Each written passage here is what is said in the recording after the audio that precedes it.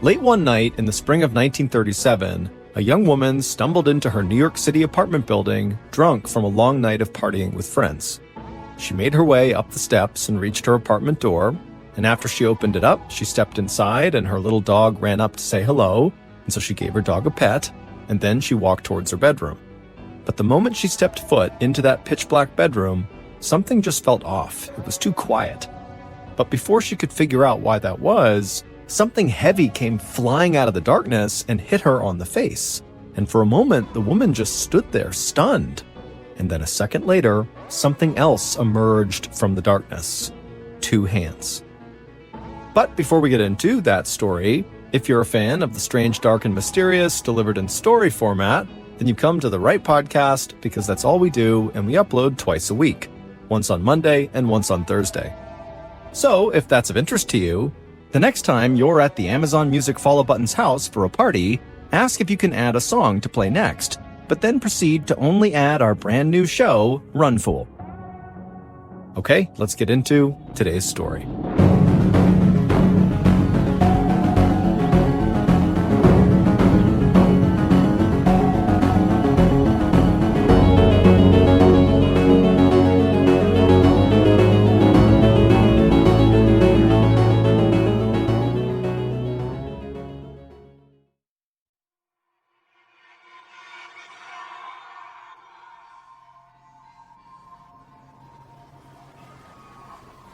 On the evening of March 27, 1937, a 20-year-old woman named Veronica Ronnie Gideon walked alone down a dark street in New York City.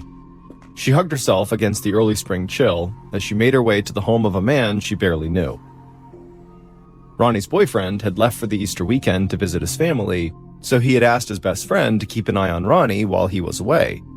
That friend had invited Ronnie to his place for dinner and then an evening of drinking and dancing. And that's where Ronnie was headed right now. She was feeling a bit nervous, but also excited, and she was wearing one of her favorite outfits, a pretty blue tea dress. Ronnie thought it was pretty funny that her boyfriend was so worried she might cheat on him that he had basically set her up on a date tonight himself. Sure, a second man was going to join Ronnie and her boyfriend's best friend, but that just meant Ronnie would be out on the town with 2 men that were not her boyfriend. And they planned to stay out at the bars until they closed at 3 a.m. But even if she didn't admit this, Ronnie did understand why she made her boyfriend nervous. She was totally gorgeous, with a bubbly personality and a quick sense of humor. She also had a modeling career that was really starting to get her noticed, too. In fact, recently, she'd started to think she could actually become a famous model. Only a few days earlier, the latest issue of Inside Detective magazine had hit newsstands all over the city, and there on the cover was Ronnie herself. In the photo, she looked terrified, with one arm shielding her face and the other covering her bare chest. The picture was supposed to illustrate an alarming story called Party Girl, about unmarried young women who like to drink and have premarital sex until they all get sent to jail for immorality. In the 1930s, true crime magazines that featured barely dressed young women in danger were enormously popular, and Ronnie had appeared on several covers with headlines like "Pretty but Cheap" and "I Am a White Slave." But the real Ronnie was nothing like those pictures. She liked to go out and have a good time, but she wasn't wild. She had only been in love one time, when she was 16 years old and she eloped with a family friend named Bobby Flower, but that marriage ended disastrously after only a few weeks. And for many nights after that breakup, Ronnie felt heartbroken about losing Bobby, and she'd write about him in her diary until she fell asleep. And now, 4 years later, despite having a new boyfriend, Ronnie wasn't actually looking for love. She was just looking to have fun. And what better place than New York City, Ronnie thought as she stepped off the curb to cross Fifth Avenue. And at that moment, a yellow taxicab zipped by close enough to make Ronnie jump back and jolt her out of her daydream. And then, after collecting herself, she looked up and she could see she was just a few blocks away from Steve's place near Central Park. Steve's neighborhood was way more fashionable than Ronnie's. Ronnie still lived at home with her mother, Mary Gideon, in a tiny 4th-floor apartment near the East River. Ronnie found her home to be pretty depressing. Her mother had been unhappily married to her father, Joseph Gideon, for decades, until her father had left the family 3 years earlier. Joseph was a sour man who repaired furniture for a living, and he did not approve of Ronnie's love of the nightlife. Ronnie had been relieved when he moved out, though he still had a key and came over on holidays and on some weekends. But even without Ronnie's dad around, the apartment was still overcrowded. This was the Great Depression, and people often rented extra rooms to strangers to raise extra money. One of Mary and Ronnie's roommates was a boarder named Frank Burns, who lived in one of the bedrooms and joined the family at dinner each night, and the other boarder was one of Ronnie's friends, who was just staying temporarily. So lately, Ronnie had been sharing the same bed as her mother. Ronnie loved her mother, but she sometimes felt like the walls were closing in when they would spend the evening together listening to the radio in their tiny living room. It was even harder when Frank joined them. He was partially deaf, and her mother had to turn the radio up super loud just so he could hear his favorite show, Amos and Andy. And Frank was just one in a parade of boarders who intruded on Ronnie's family life. Ronnie recalled one other boarder, a struggling artist named Bob Irwin, who wanted to marry her big sister, Ethel. Her sister was a very beautiful woman, but who hid her beauty behind horn-rimmed glasses and hair that was pulled into a tight bun. She said she was not interested in Bob, but Bob never gave up. He continued to drop in on the family even after he had moved out. In short, the apartment had long felt like a prison to Ronnie. By comparison, she felt absolutely free when she went out to the bars and clubs of New York. Just then, Ronnie passed by the famous Radio City Music Hall, where she had seen the movie Snow White with her boyfriend, Lincoln Hauser, a couple of months earlier. And they had had so much fun, Ronnie remembered, and the colors were totally amazing. Lincoln liked to tell people that the two of them were engaged, which was not actually true, but they were a pretty good couple. And thinking about this made Ronnie feel kind of strange that she was now about to go have dinner and drinks with Lincoln's best friend. Ronnie approached the front door of her boyfriend's friend, Stephen Butter, a little before 8 p.m. As she climbed the front steps, she could hear big band swing music blaring from Stephen's radio. She rang the bell. Moments later, Stephen, who was dressed in a sharp pinstripe suit complete with a pocket handkerchief, opened the door and welcomed Ronnie inside with a theatrical bow. This was going to be a fun night. For the next 6 hours, Ronnie lost herself in the evening with Stephen and his other friend. They had planned to go bar hopping, but they were having such a good time dancing to the radio music while drinking gin and beer that they just stayed at Stephen's place until quite late. Stephen expected Ronnie to make them dinner, but she wasn't offended. The kitchen was considered women's work in those days, so Ronnie made a pasta dinner for all three of them. Stephen was not quite as handsome as Ronnie's boyfriend, and his family was not quite as wealthy. But Ronnie thought he was still very charming and had lots of promise. He was working on Wall Street after all, and the more gin and beer they drank, the more they flirted and danced cheek to cheek. Finally, at 2 a.m., Stephen's other friend called it a night and went home, but Steve and Ronnie decided their night was not quite done. They threw on their coats and they headed for the Monte Carlo Bar and Grill, which was on the way to Ronnie's apartment, for a few more gin highballs. As Ronnie swallowed her last sip of alcohol, she thought about how her night might have turned out if she'd listened to her mother. Mary had wanted Ronnie home to help in the kitchen. Tomorrow was Easter Sunday, and they were expecting guests, Ronnie's sister Ethel and her husband, as well as their father. But Ronnie had secretly slipped out the door for the evening while her mother was still out shopping for the pork loin and green beans. Ronnie felt guilty, but not too much. By the time Steve escorted Ronnie back to her apartment building, they were leaning on each other to keep from falling down. But they both knew that since Ronnie was dating Steve's best friend, they shouldn't let things get romantic. So instead of a goodnight kiss, Steve offered to escort Ronnie to church the next morning for Easter Mass at 10, and she happily said yes.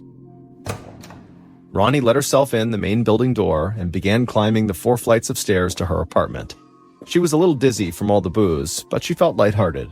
Steve had been a good companion for the evening, and she was glad that she'd see him again in the morning. Ronnie walked in the door of her apartment at about 3 a.m., trying to be extra quiet so she didn't wake up the people inside, which included her mother and one of the 2 boarders named Frank. As for the other boarder, which was Ronnie's friend, they were out of town. Ronnie quietly ducked into the bathroom near the front door and undressed down to her slip. She took off her makeup and washed her face and hands. She brushed her teeth and then brushed her hair. And then finally, she was ready for bed, and so she tiptoed to the dark, silent bedroom where she and her mother slept. As she entered the bedroom, Ronnie couldn't see or hear a thing, not even her mother's breathing. And then suddenly, a hard object struck Ronnie in the face. It stunned Ronnie far more than it hurt her, but she was so terrified and confused, she didn't move an inch. And then a second later, a man's hand came out of the blackness and squeezed around Ronnie's throat and then shoved her roughly onto the bed. "Please don't touch me," Ronnie managed to croak in little more than a whisper, but the man just squeezed tighter.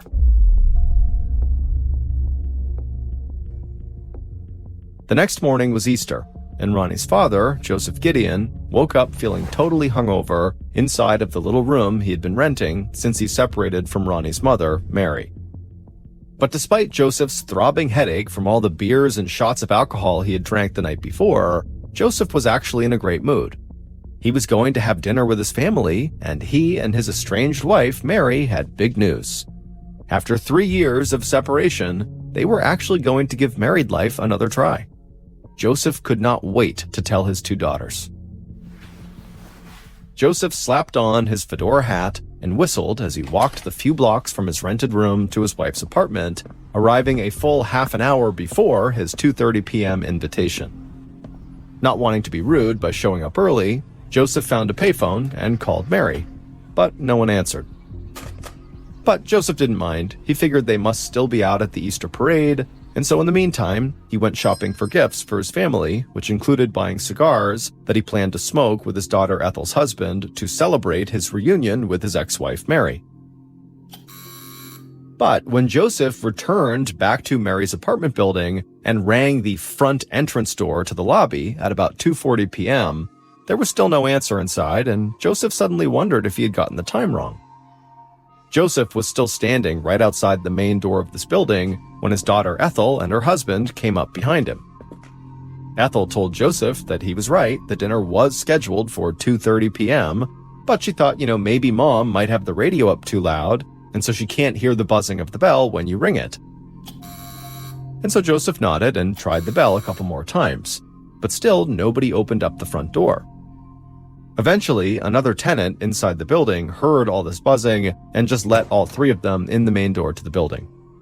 Joseph immediately bounded up the 4 flights of stairs to Mary and Ronnie's apartment. He was going to give them a piece of his mind for leaving the Easter guests waiting outside.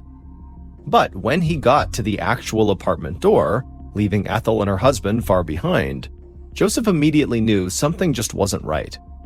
The front door was not fully shut, it had not latched, and so when Joseph pushed on it just lightly, it flung open. And when he stepped into the living room, he saw Ronnie's little Pekingese dog named Tucci. Usually, Tucci would run right up to him, but today, Tucci stayed put and just sat there very reserved, with her ears flat against her head. Joseph called out for Mary and Ronnie, but there was only silence in the apartment.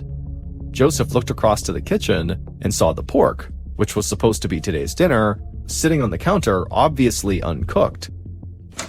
Joseph went into the bedroom that Mary and Ronnie shared, but no one was there. Nothing was disturbed, except there were broken pieces of a bar of soap scattered all across the carpet. With mounting anxiety, Joseph then entered the second bedroom where Ronnie used to sleep until her friend moved in, and what he saw in there was worse than anything Joseph could have imagined. His daughter, Ronnie, was lying stark naked on the bed, her eyes wide open and staring at the ceiling. Her skin was the color gray-blue, and her neck was mottled with dark bruises. Joseph practically fell over in his haste to get out of the room containing his daughter's corpse. But when he stumbled into the third bedroom, there was only more horror. Frank, the boarder, was lying under the covers, the blanket right up to his neck, but his head was mutilated and covered in blood. Joseph could not take it anymore, and he just ran out of the apartment and began charging down the stairs while screaming, "They're all dead!"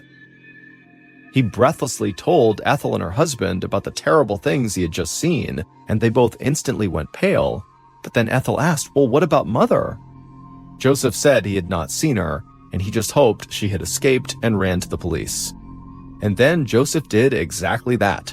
He ran out of the apartment and then ran a block away to the neighborhood police station, where he reported what he had just found. Minutes later, Joseph returned to the apartment, now with a detective by his side. And almost immediately, the detective made another shocking discovery. He saw a foot sticking out from under the bed that Ronnie was lying on top of. Peering underneath, the detective could see there was another body. It was Mary Gideon, and she was fully dressed and had terrible bruising around her neck. Whoever had killed her had apparently tried to hide her body by wedging it beneath the bed. All three victims' bodies were very stiff by the time they were found. They had clearly all been dead for hours.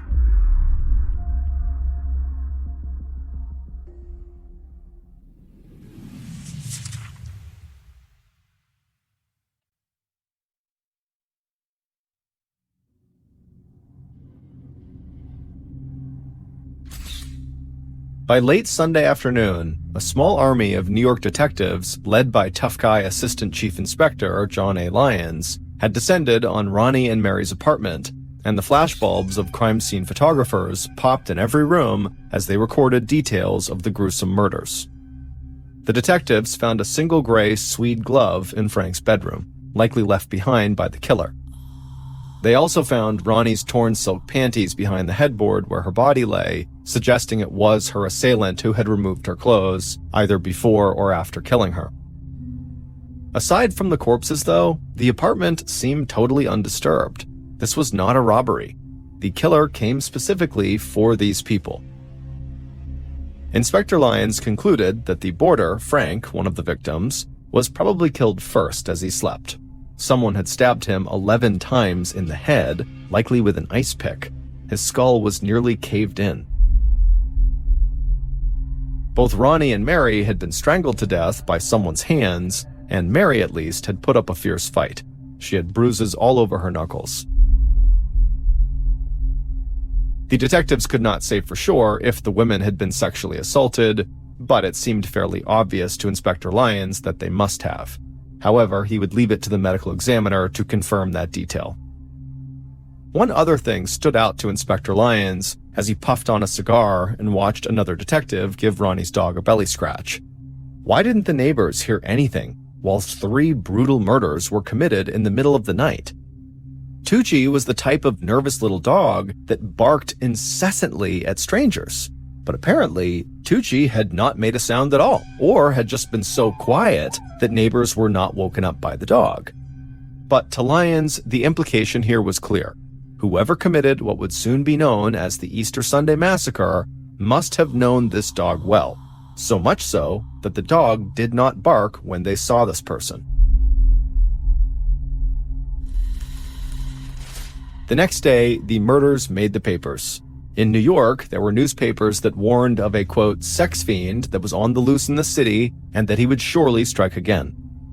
The media really fixated on the fact that Ronnie was this beautiful model who was found in the nude, and so they eagerly printed these photographs from Ronnie's modeling work where she was in various states of undress. By coincidence, Ronnie had been murdered exactly 1 year after another sensational murder just down the street. A delivery man had snuck into the apartment of writer Nancy Titterton and then assaulted her, strangled her, and left her tied up naked in her bathtub. Now, the Titterton murder seemed to be happening all over again, the newspaper said. One newspaper said that all American women were now in danger from the rising wave of sex murders. Locksmiths reported a sudden increase in lock sales to men eager to protect their women from predators. Inspector Lyons felt his blood pressure starting to rise as he read the morning headlines while he finished his breakfast. A story about the murder described Ronnie as being this prize beauty who was slaughtered by a sex-crazed lunatic who was still on the loose. To Lyons, stories like these just made his job harder, whipping up public fears and putting pressure on the police to find the killer faster, which he felt just encouraged sloppy detective work. Just then, as if on cue, the police commissioner himself called Lyons. And he told him to take as many detectives as he needed because solving the Easter Sunday massacre was now the department's top goal. By the time Lyons set off for police headquarters that morning, he had a plan to employ 75 detectives who would talk to everyone who lived near the Gideons, and they would talk to anyone who knew the Gideons over the past few years. This would be one of the biggest criminal investigations in New York City's history. And Lyons would make it clear to his massive team of investigators that they should not hesitate to get rough with people if they had to. One of the first people brought in for questioning was Ronnie's father, Joseph Gideon. At 4 p.m. that Monday, Joseph Gideon reported to the same neighborhood police station where he came running to plead for help the day before. This time, though, he was trailed by a gang of reporters who were shouting questions at him while he remained grimly silent. Joseph expected to be treated as a grieving loved one, but the police treated him like a suspect from the start. They fingerprinted him and made him empty all his pockets to be sure he had no weapons. Then they relentlessly grilled him with questions for 12 hours as detectives took turns trying to get Joseph to break down. But over the course of this interview, Joseph only grew more ornery. Joseph had an alibi. Well, sort of. He had spent Saturday evening drinking at a bar and playing skee-ball with some other people who could confirm he was there. But by the time his daughter and his ex-wife were killed sometime after 3 a.m., Joseph was sleeping off the bender in his bed with no witnesses. One detective called Joseph a liar for saying he had nothing to do with the heinous crime, so Joseph called the detective a liar right back. Police eventually had to let Joseph go at about 4 a.m. on Tuesday because they had absolutely no evidence that he had done anything wrong, but they weren't quite done with Joseph. When Joseph went to his furniture repair shop to open up for the day a few hours later, he found 5 detectives waiting for him. They immediately seized the long needles that Joseph used for working on upholstery to see if maybe they matched the wounds on Frank Burns's head. Now, Joseph complained very bitterly to police. He couldn't even do his job. Reporters who had been tailing Joseph saw him blow up at the police, and they immediately crowded around the little upholsterer. And this time, Joseph shocked them by saying really horrible things about his dead wife and daughter. He said that his daughter, Ronnie, was wild and willful and that she loved to tease men. Maybe one of them had finally killed her for it, he said. When one of the reporters suggested that the killer could be someone romantically involved with his wife, he scoffed. He said that his wife was so cold that men aside from him probably would not find her attractive. As Joseph was talking to these reporters, he showed no sign that he was actually grieving the loss of his family. Instead, he just seemed really, really mad. And so after a wave of newspaper stories printed Joseph's harsh comments, Lyons' investigators began focusing even harder on Joseph. He certainly seemed unfeeling enough to potentially have killed his own family. Now, the detectives were obviously very suspicious of Joseph Gideon, but that didn't mean anything he said to them they didn't take seriously. And so when Joseph suggested police should really look into all the men in his daughter's life to see if maybe they had something to do with it, the police said, yeah, we will do that. And so the police tracked down all the men who had dated Ronnie over the years, or Ronnie had been close to in some way, starting with Stephen Butter, the man that Ronnie had been with the evening right before she had died, the best friend of her boyfriend. Stephen had gone to pick up Ronnie for Easter Mass, as they had planned to, on Sunday morning. But when he got there, just before 10 a.m., no one answered the buzzer. And so Stephen went back home, perplexed, and he kept calling Ronnie periodically throughout the day until 3 p.m. when a detective answered the phone. The detective told Stephen they needed to talk to him right away, but didn't say why. By the time Stephen got to the police station an hour later, he was so nervous he was visibly shaking. But when police began speaking to him, he didn't really add much of value. Stephen didn't even know Ronnie was dead until he got to the police station. All Stephen could say was that Ronnie was a, quote, swell kid, and they had a, quote, swell time together. Lyons pretty much immediately dismissed Stephen as a suspect, But Ronnie's social life left investigators with plenty more men to talk to, and Ronnie had some seriously complicated relationships with men. When Ronnie's boyfriend, Lincoln Hauser, spoke to detectives at his home, he alternated between praise for Ronnie as a sweet church-going young woman and slammed her as a party girl who often stayed out all night and loved to, quote, play the field with other men. Lincoln admitted that he worried his girlfriend would cheat on him when he was away, but he trusted his friend Stephen to keep an eye on her for him, which is why he had set them up to hang out that night. But Lincoln would say, despite the quarrels they had in their relationship, he loved Ronnie and was absolutely devastated by her death. Also, Lincoln had a solid alibi. He was 50 miles away with family when Ronnie was killed.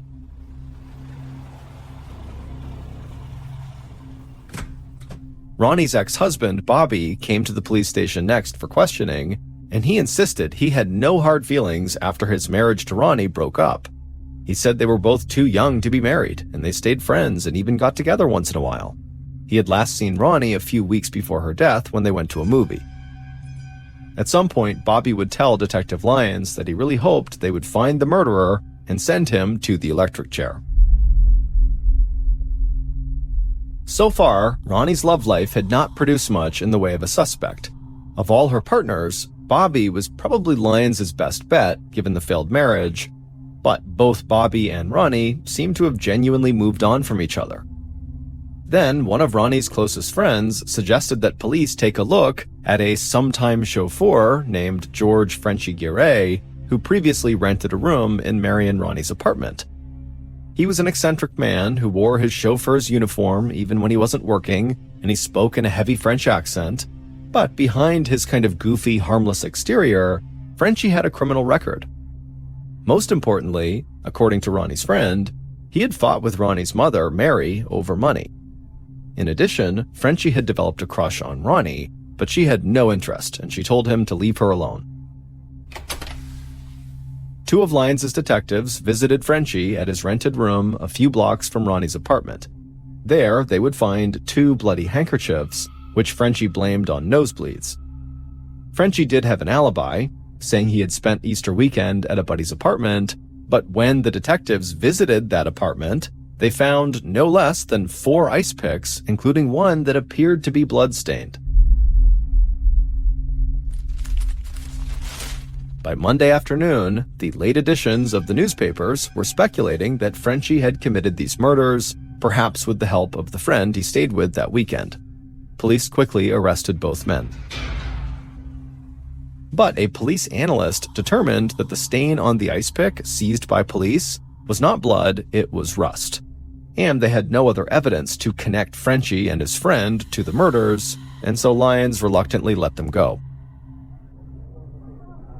At a crowded press conference on Tuesday, 3 days after the murders, Lyons showed serious frustration from the 3 days of nonstop investigating with little to show for it.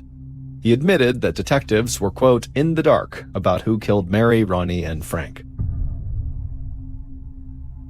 There was one very small bit of good news, though. The coroner reported that there was no physical evidence that either woman was sexually assaulted. Maybe the killer was not a sex fiend after all.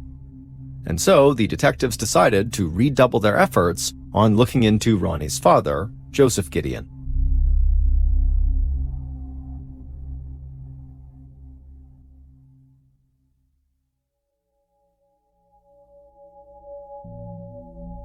Everywhere Joseph went in those first days after the murders, he was followed by reporters, giving him endless chances to say something to make his position worse. He knew that he was under police scrutiny, but he boasted to reporters that the police could not break him, and he flew into a rage when reporters questioned his whereabouts at the time of the killings. Adding to public suspicions, the walls of Joseph's shop were covered with French postcards featuring naked women, and he admitted to a fondness for erotica. One newspaper said that Joseph suffered from, quote, queer animal desires that prompted him to leave his wife. Maybe, the newspaper speculated, Joseph was driven by some perversion to kill his own family.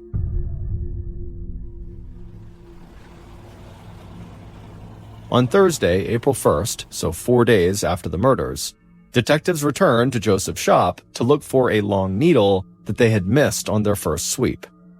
They had already confiscated most of Joseph's tools, but a sharp-eyed upholsterer who did not know Joseph, who just happened to see a picture in the newspaper of all of Joseph's equipment that had been confiscated, told police that it looked like one needle was missing. He said it was a foot-long, quote, regulator with a very sharp point that every good furniture restorer would have. And police knew this tool was plenty big enough to have been the weapon that killed Frank Byrne. Newspapers immediately started running with the story, referring to the missing needle as the Gideon Death Needle, but the detectives would never find it. However, in their search for this other needle, they would find something else very unexpected in Joseph's shop, an unlicensed, loaded .38 caliber revolver hidden in a corner. Since Joseph had previously told police that he did not have a gun, they had now caught him in a lie.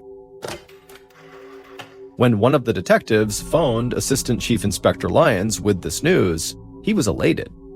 Now, Lyons said, they had Joseph Gideon right where they wanted him. Lyons ordered his men to start trailing Joseph wherever he went, just like the reporters were doing.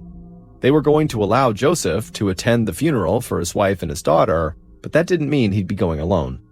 Lyons told them to give Joseph a police escort so that a law enforcement officer was never more than an arm's length away.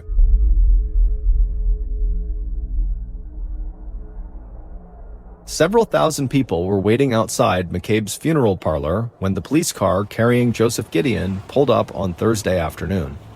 People were out on the sidewalk, while many more were draped over fire escapes, looking out windows, and even standing on the roof. Many hoped for a glimpse of the man suspected of killing Ronnie and Mary, and when Joseph stepped out of the police car, surrounded by 4 detectives, someone in the crowd shouted, "There he is!" But before anyone could lay a hand on Joseph, the detectives hustled him through the mob and into the chapel. There, Mary and Ronnie lay side by side in open caskets, surrounded by flowers, many from Ronnie's male admirers, as well as artists that she had worked with. The chapel was absolutely full, but only a handful of people actually knew the victims personally. People such as her ex-husband Bobby Flower, her boyfriend Lincoln Hauser, and her boyfriend's best friend Stephen Butter, the last person to see Ronnie alive, aside from her killer. And there were a few people who had known the Gideons from the past, people like Bob Irwin, the young sculptor who had once boarded with Ronnie and Mary and asked Ronnie's older sister Ethel to marry him. Bob dabbed a tear from his eye with a handkerchief as the priest stepped up to the pulpit and began to speak. After the service was over, several of the men who had loved Ronnie kissed her as they passed her casket and openly wept. As for Ronnie's father, Joseph, he would keep his composure inside of the chapel, but when they all made their way out to the cemetery, he would break down in heavy sobs as he watched his daughter and ex-wife lowered into the ground. As he wept, his other daughter, Ethel, ran over and gave him a hug and cried with him.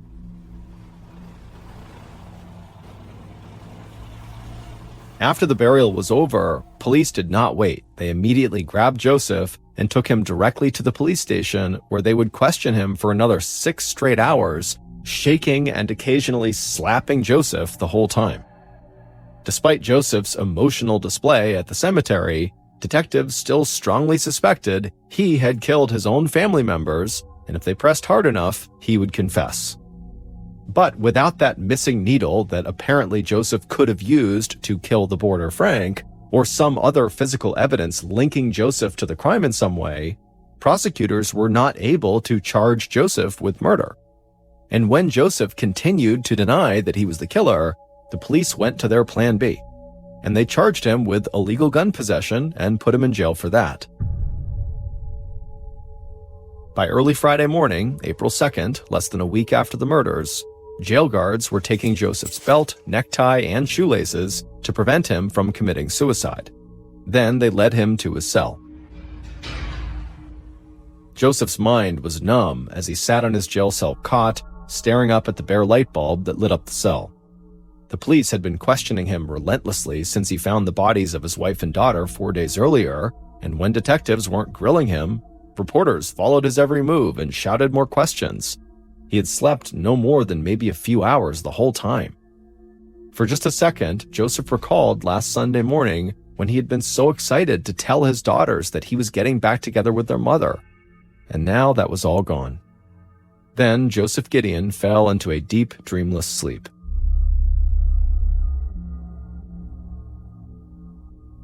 Assistant Chief Inspector Lyons was amazed at Joseph Gideon's stubbornness. He was the leading suspect in a triple murder, but Joseph refused to give an inch, even when police questioned him for hours and tried to scare the man with threats, shoves, or slaps across his face. Lyons was hopeful that Joseph would crack after a few days in jail, but he knew that his team could not put all their hopes in just one suspect. After all, the case they had against Joseph was far from airtight. And one of Lyons' best detectives had found what looked like a pretty good piece of evidence pointing toward a different suspect. One that made it look like Ronnie's ex-husband, Bobby Flower, was not who he appeared to be. The evidence found was Ronnie's diary.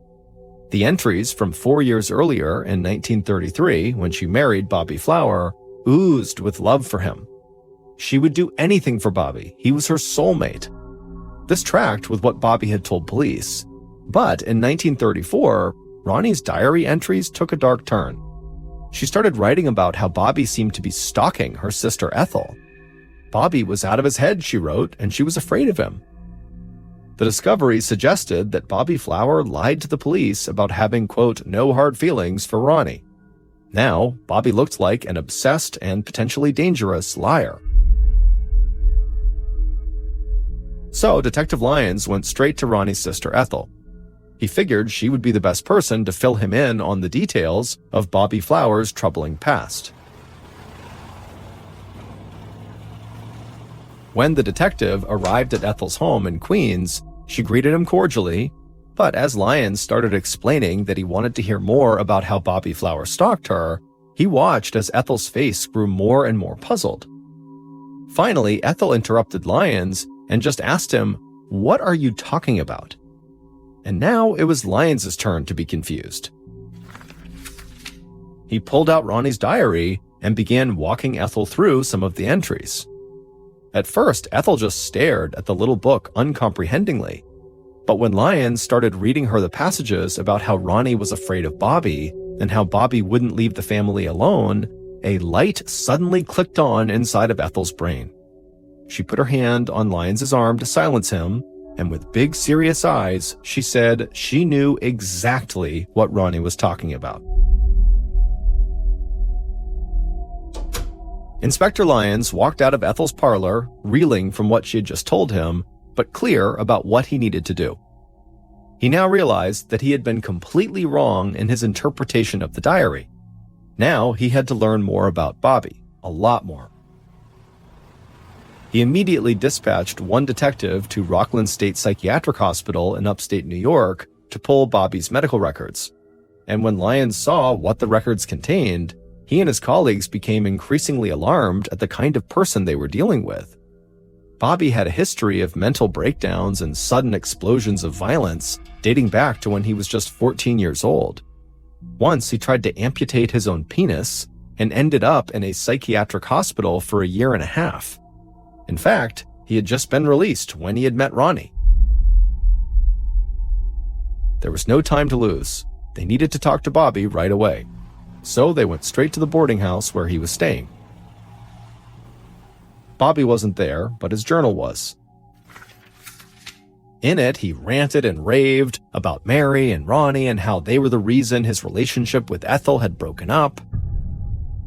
Meanwhile, other detectives had been going from store to store in the New York City area, trying to find who sold the killer the gray suede glove that was left behind at the crime scene. Eventually, they found a young clerk in a J.J. Newberry's department store who remembered selling the gloves to a man just a few short weeks before. And when this young clerk described the man, it matched the description of Bobby perfectly. Inspector Lyons now realized he had a new primary suspect, someone with a clear motive to harm the Gideons and who had been physically linked to the crime scene. Lyons had Ronnie's father, Joseph Gideon, released on bail from his firearms charges. He knew Joseph was not the killer, And early on Monday morning, April 5th, Lyons called a press conference to say that police now knew who committed the Easter Sunday massacre. And he passed out pictures of this new person to the gathered reporters. Soon, Bobby's face would be on the front page of newspapers all across America. Over the next 3 months, police heard dozens of rumors about where to find Bobby, but none of them panned out until late June, when a hotel employee in Cleveland reported that one of her coworkers looked exactly like Bobby. The man called himself Bob Murray, but she offered that it could be a fake name. Unfortunately, the woman decided to speak to this so-called Bob Murray person about his resemblance to the Bobby police were looking for, and it turned out it was Bobby. This startled him and gave him a warning that his cover was blown, and so Bob Murray jumped on the first Greyhound bus headed for Chicago, leaving the police empty-handed again. The media began to poke fun at the police's inability to catch their murderer, portraying him as this crafty fugitive who was capable of eluding a nationwide manhunt. But it was at this time, totally out of the blue, Bobby decided to just turn himself in. He figured that eventually he was going to get caught, so why not make some money first? He decided to call one of Chicago's big city newspapers, the Chicago Herald-Examiner, and sell his whole sordid story. On the evening of Saturday, June 26th, Bobby sat down with reporters to describe in detail his role in the triple murder 3 months earlier. But it would turn out this Bobby was not Bobby Flower, Ronnie's ex-husband. This was a very different Bobby. When Inspector Lyons had gone to Ethel's house with Ronnie's diary and started asking her about why Bobby Flower had begun stalking her, Ethel had been totally lost. Bobby Flower had been the love of Ethel's sister's life and had remained her friend until her death. But when Inspector Lyons started showing Ethel the actual passages of Ronnie's writing, it clicked for her and she realized Ronnie was talking about a different Bobby in her diary. Not Bobby Flower, but Bobby Irwin, the young sculptor who had once rented a room with the family and subsequently become infatuated with Ethel. And so the police had just confused the two Bobbies.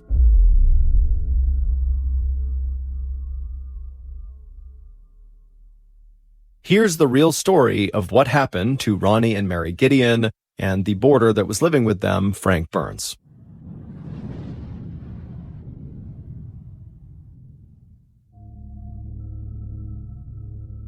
Bobby Irwin was a down-on-his-luck 26-year-old sculptor who the Gideon family had taken on as a boarder in 1934, 3 years before the murders.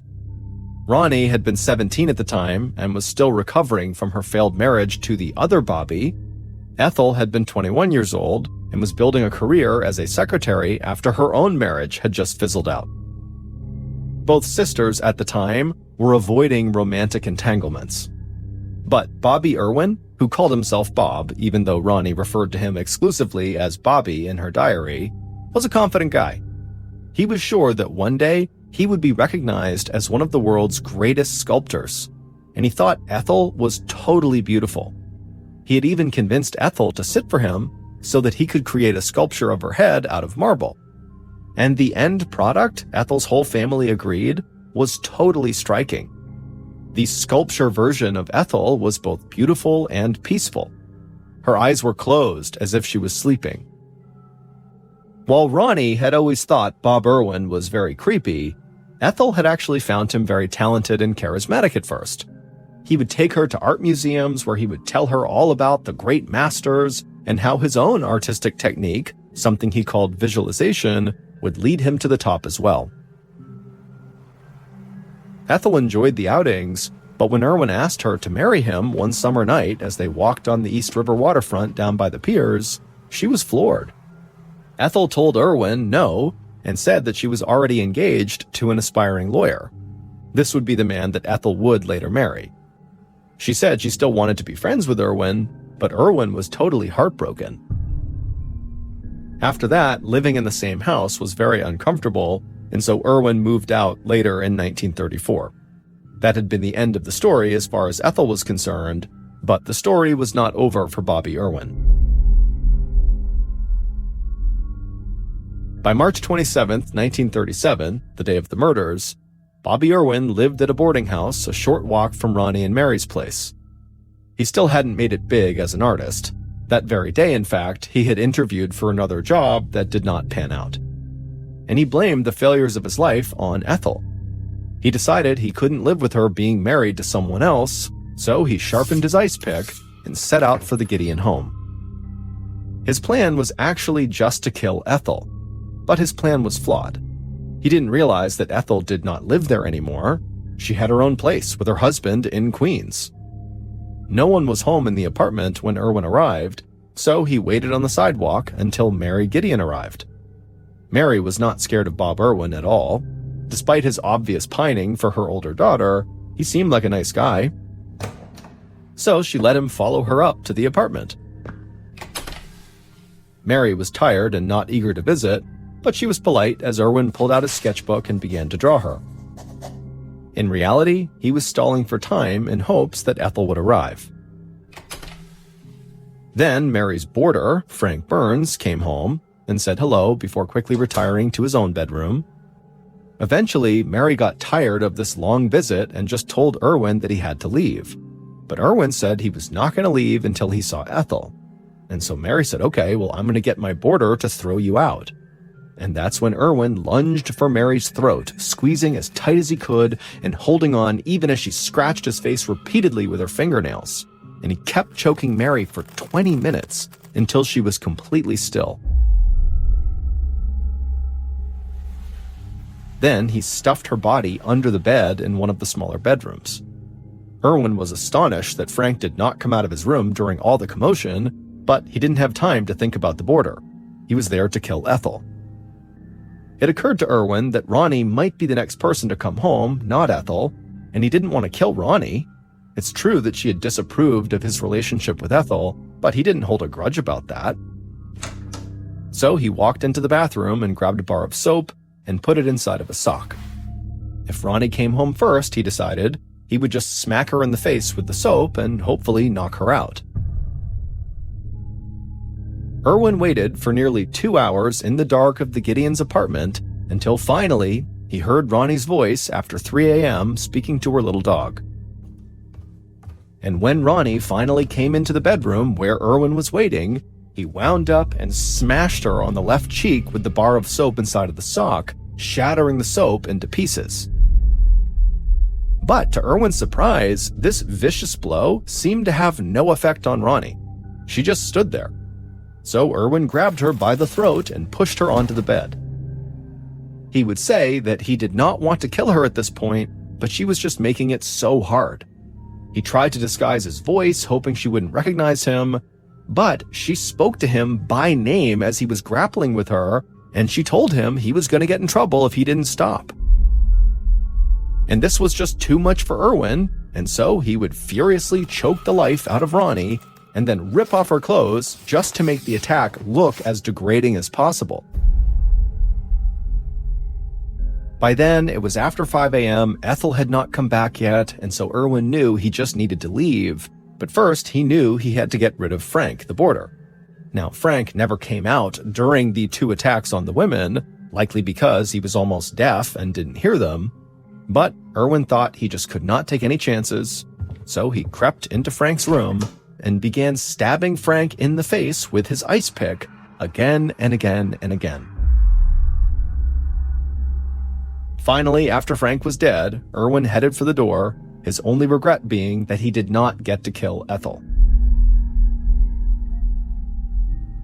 The Chicago Herald and Examiner paid Irwin $5,000 for his confession. It was the most money Irwin had ever made in his life, but the cops arrested him before he could spend it. New York prosecutors said they would be seeking the death penalty, but Irwin would plead guilty on the eve of his trial and would be sentenced to 139 years in prison instead. Bobby Irwin would live in mental hospitals until his death in 1975.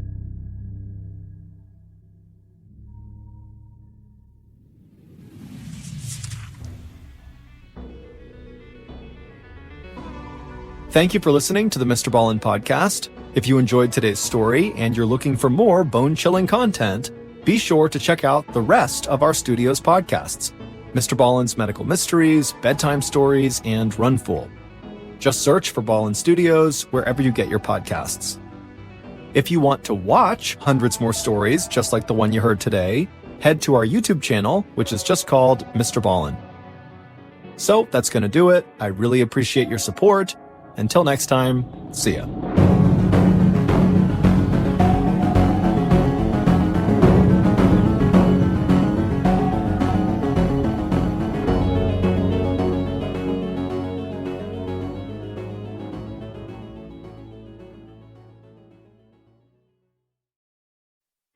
Today's episode is a fan favorite. It's called Dead Man Walking. The audio in the story has been remastered for today's episode. In 2004, a woman living in Nashville, Tennessee was sitting up in her bed one night doing some homework for a Bible study class. As she sat there, she started to feel tired, so she decided to call it a night. She bookmarked the page and then leaned over to put her Bible on the bedside table when she suddenly froze. Because she was supposed to be alone that night, her family was all gone. But now, standing at the foot of her bed was a person staring right back at her. And not just any person, it was a dead person. But before we get into today's story, if you're a fan of the strange, dark, and mysterious delivered in story format, then you've come to the right podcast because that's all we do and we upload twice a week, once on Monday and once on Thursday. So if that's of interest to you, please ask if you can borrow the Amazon Music Follow Button's phone to make a quick call, and when they say yes, take their phone, but don't make a call. Instead, log on to their Facebook and change their relationship status from married to it's complicated. Okay, let's get into today's story.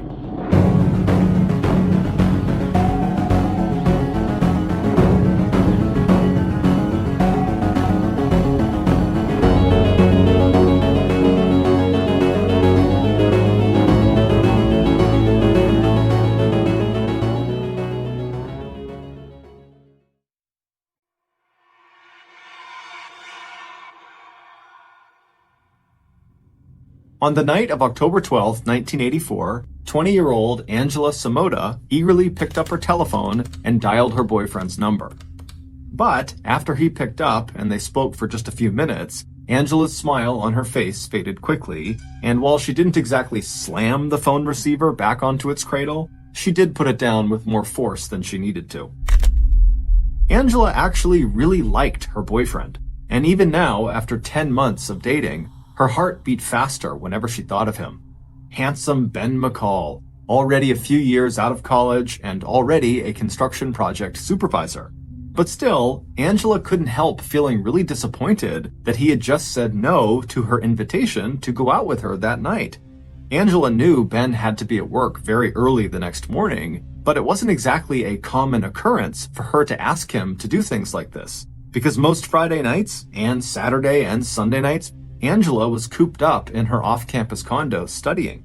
Angela was a third-year student at Southern Methodist University in Dallas, Texas, and she was enrolled as a double major in the school's highly competitive electrical engineering and computer science programs.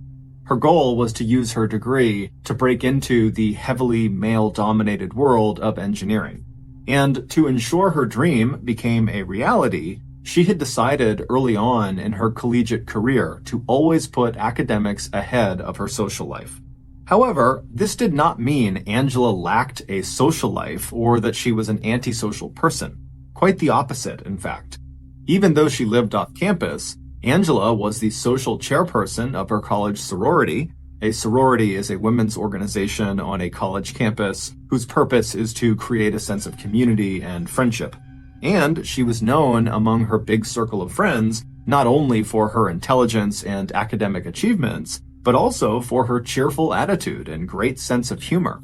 Within her sorority, Angela was also known for always taking the time to regularly check in with her sorority sisters, chatting, asking how things were going, whether there was anything she could do to help people out. Angela was also strikingly beautiful. She was about 5 feet 4 inches tall with a slender build. She had dark blonde, thick hair, blue eyes, a radiant smile, and she always looked fit and athletic.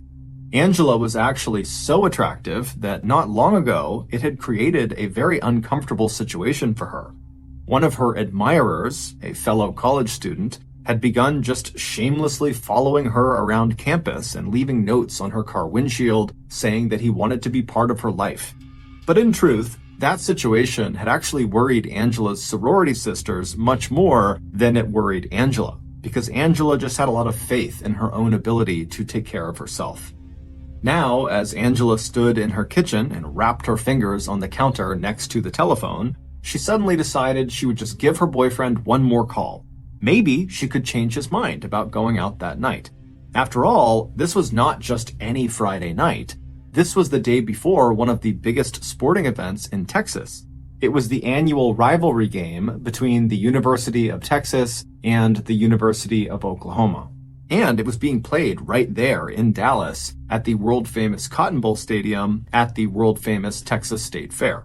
That night in Dallas, thousands of people, college students, alumni, residents, and tourists, would be out in force, enjoying the state fair, packing the local bars and nightclubs and restaurants, and gearing up for the next day's big game.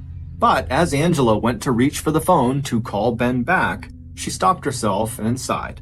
She knew Ben was not about to change his mind. During their call, Angela had told him that her friend, Anita Kadala, was going to be going out with them that night, meaning Ben knew he could turn down Angela's offer, and Angela would not be left stranded for the night. She would have Anita to still go out with.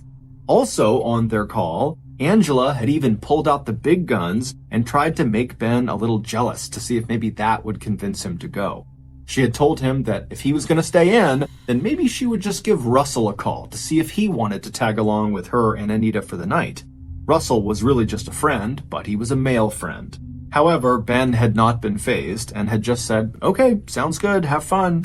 After sitting there for a moment, feeling totally annoyed and dejected, Angela suddenly sat up and thought, you know what, I will call Russell and see if he wants to go. So she went to her bedroom desk and rummaged around for the notebook where she kept her phone numbers. Once she found it, she turned to the B's page, and there it was, Russell Buchanan. Russell, who was 23 years old, had graduated a year earlier from Texas A&M's School of Architecture, but Angela hoped that he still liked going to college parties and sporting events. Angela had met Russell during his senior year at a happy hour one night with a group of mutual friends. Russell had immediately been attracted to Angela and had asked for her phone number. They exchanged information, and a few days later, Russell had called Angela and invited her out to lunch. Angela had said yes, but later wound up canceling on Russell, and so they never actually went out on a date. With her phone book in hand, Angela walked back to her kitchen, picked up the telephone, and dialed Russell's number. Even if he wound up not wanting to go, at least this way, Angela could apologize for canceling on him on that one date. But when Russell picked up, he was all in on the idea of going out with Angela and Anita, and so he agreed to meet the girls later that evening. Not long after speaking to Russell, Anita arrived at Angela's condo, and after doing a little bit of studying and taking a quick nap, the girls began getting ready for the night. Before she and Anita left the condo, Angela took one last look at herself in the mirror. She was wearing one of her favorite outfits. It was a black silk jumpsuit with an open back and a pair of black high heels. She knew she looked her very best, but once again, she found herself wishing that it was Ben she was going out with. Turning away from her reflection, Angela picked up her black purse, she grabbed her car keys, and then she and Anita left the second-floor corner condo at 4944 Amesbury Drive. They headed down to the parking lot and hopped into Angela's Toyota Supra car. Angela was not a big drinker and had volunteered to drive them around that night. Angela turned on the car, she put it in drive, and then the two women drove the short distance to Russell's nearby apartment. After Russell climbed in the car around 9:30 p.m., the trio headed 10 miles south to their first stop of the evening, Bennigan's, a local bar known for its steak and ale. But Bennigan's was just a warm-up. By 11:30 p.m., Angela, Anita, and Russell had made their way first to the Boardwalk Beach Club, a singles bar that was popular for its 1950s and 60s style music, and then on to a nightclub in downtown Dallas called Nostromo's. Shortly after they arrived there, Angela, who now missed her boyfriend even more than she had before she left, decided she would just give him another call and see if maybe now he would want to join them. But after being awakened from his sleep, Ben was not any more inclined to come out and meet Angela. However, since Ben was a member of the club where they were at, Nostromos, he called the front desk and got Angela and her friends access to their exclusive Rio room, which was the back room of the club. Angela still wished she could just have Ben, but the Rio room was a pretty good consolation prize. And so Angela spent the next hour or so dancing inside of this VIP area with Russell and Anita, and then when she wasn't dancing, she was walking from table to table saying hello to all the folks who were in there. According to Anita, it seemed like Angela knew literally everyone at the club that night. By 12:30 a.m., Angela was feeling tired, so she flagged down Anita and Russell and signaled that she wanted to leave. Angela had plans to get up early the next day and actually leave Dallas before the big crowds descended on the Cotton Bowl Stadium. She wasn't going to stick around for the big Texas versus Oklahoma game. Instead, she and some of her sorority sisters had decided to drive 100 miles south to Waco, Texas, to watch the football game between their own school, Southern Methodist University, and Baylor University. When Angela, Anita, and Russell left Nostromos and stepped back out onto the street, the crowd outside, and really all around Dallas, was just as thick and rowdy as it had been earlier in the evening. The three friends made their way through the crowd to Angela's car that was parked in the outdoor lot across the street, and then about 15 minutes later, Angela pulled up in front of Russell's apartment. Before he went inside, he walked around and gave Angela a long hug, and then when Angela climbed back inside of the car with Anita, Anita looked at her and just rolled her eyes. Anita had had a great time that evening, but more than once when Russell was dancing with Angela in the Rio room, Anita had definitely felt like she was just a third wheel. Angela just laughed it off and said Russell was a friend, and then they pulled away from the curb and kept on driving. By 1:15 a.m., Angela had arrived outside of Anita's dorm room. Angela had asked Anita to stay with her at her condo, but Anita had politely declined. The women hugged and said they'd talk tomorrow. Then Anita went inside of her building, and Angela hopped back inside of her car and then pulled away from the curb and began driving back home. But as Angela drove, she made a sudden decision to swing by Ben's apartment, which happened to be right on the way. Maybe if she just appeared on his doorstep, he might invite her to stay. But that did not happen. When Ben finally opened his front door looking totally groggy and disheveled, he was not pleased to see Angela standing there. After a brief chat, he told her that as nice as it was to see her, he really just needed to sleep, so could she please just head home and they could talk tomorrow. Angela would eventually accept defeat and would turn around and head back down the steps towards the street below. After Ben watched his girlfriend climb back into her car and drive off, he turned around and went back inside and climbed back into his bed. But just 15 minutes later, at about 1:45 a.m., right as Ben was finally dozing off again, he heard his phone ring. Groaning, he rolled over and picked up the receiver, already knowing that it had to be Angela, and it was. But this time, something was very different. She was not playfully trying to convince him to come see her. Instead, her voice sounded strained. Something was wrong. She was calling from inside of her condo, and her first words to Ben were both strange and distracted. "Ben," Angela said, "talk to me." And when Ben heard a sudden noise in the background and the sound of a voice calling out a question, Ben's anxiety flared. "Angie," he said, "are you okay?" Angela hesitated for a second, and then, still speaking in that sort of distracted and disjointed voice, she said, "I let a man into my condo." Before Ben could respond to this, he heard the sound of utensils clattering on the kitchen counter very close to the telephone, and Angela suddenly telling him in a rushed voice that she would call him back in just a few minutes before she suddenly hung up the receiver without even saying goodbye. By now, Ben was wide awake, and when a few minutes went by and Angela did not call him back, Ben dialed her number and got no answer. As he jumped out of bed and started pulling on his clothes, he called a second time, and again there was no answer. Now Ben felt a flash of panic, and still pulling on his jacket, he ran outside and he jumped into his truck. Although portable cell phones wouldn't be a thing until the 1990s, as a construction supervisor, Ben's truck was equipped with a satellite phone. And as he made the 8 to 10 minute drive to Angela's condo, Ben used that satellite phone to call Angela's number again and again, but still there was no answer. Once Ben pulled into the parking lot of Angela's condo building, Ben saw Angela's car in its usual space. He parked his truck not far from her vehicle, and then he leapt out of his truck and ran to the stairs to Angela's front door, where he began to press her doorbell while also banging on the door and calling out her name. When no one answered or came to the door, Ben turned and ran back down the stairs and around the building to another flight of stairs that led up to Angela's balcony and where her back door was. When he got up to that door, he began banging on it and calling out Angela's name again. But again, there was no answer. Ben would eventually leave the back door and run back to his truck out front, where he would use his satellite phone to call 911. At 2:17 a.m., the emergency dispatcher who received Ben's 911 call sent a couple of officers out to do a welfare check at 4944 Amesbury Drive. The dispatcher told the police officers that a young man named Ben McCall was worried something bad had happened to his girlfriend, Angela Samoda, who lived at that address. When the two police officers arrived at the scene 23 minutes later, they found Ben sitting quietly on the back steps leading up to Angela's condo. To that point, the two responding officers had spent that whole night and the early morning hours answering lots of complaints of noise and drunkenness and disturbance, as all of Dallas seemed to be out on the streets partying. And so, tired and at the end of their shift, they were confident that this call would be no more serious than all the others they had been to so far.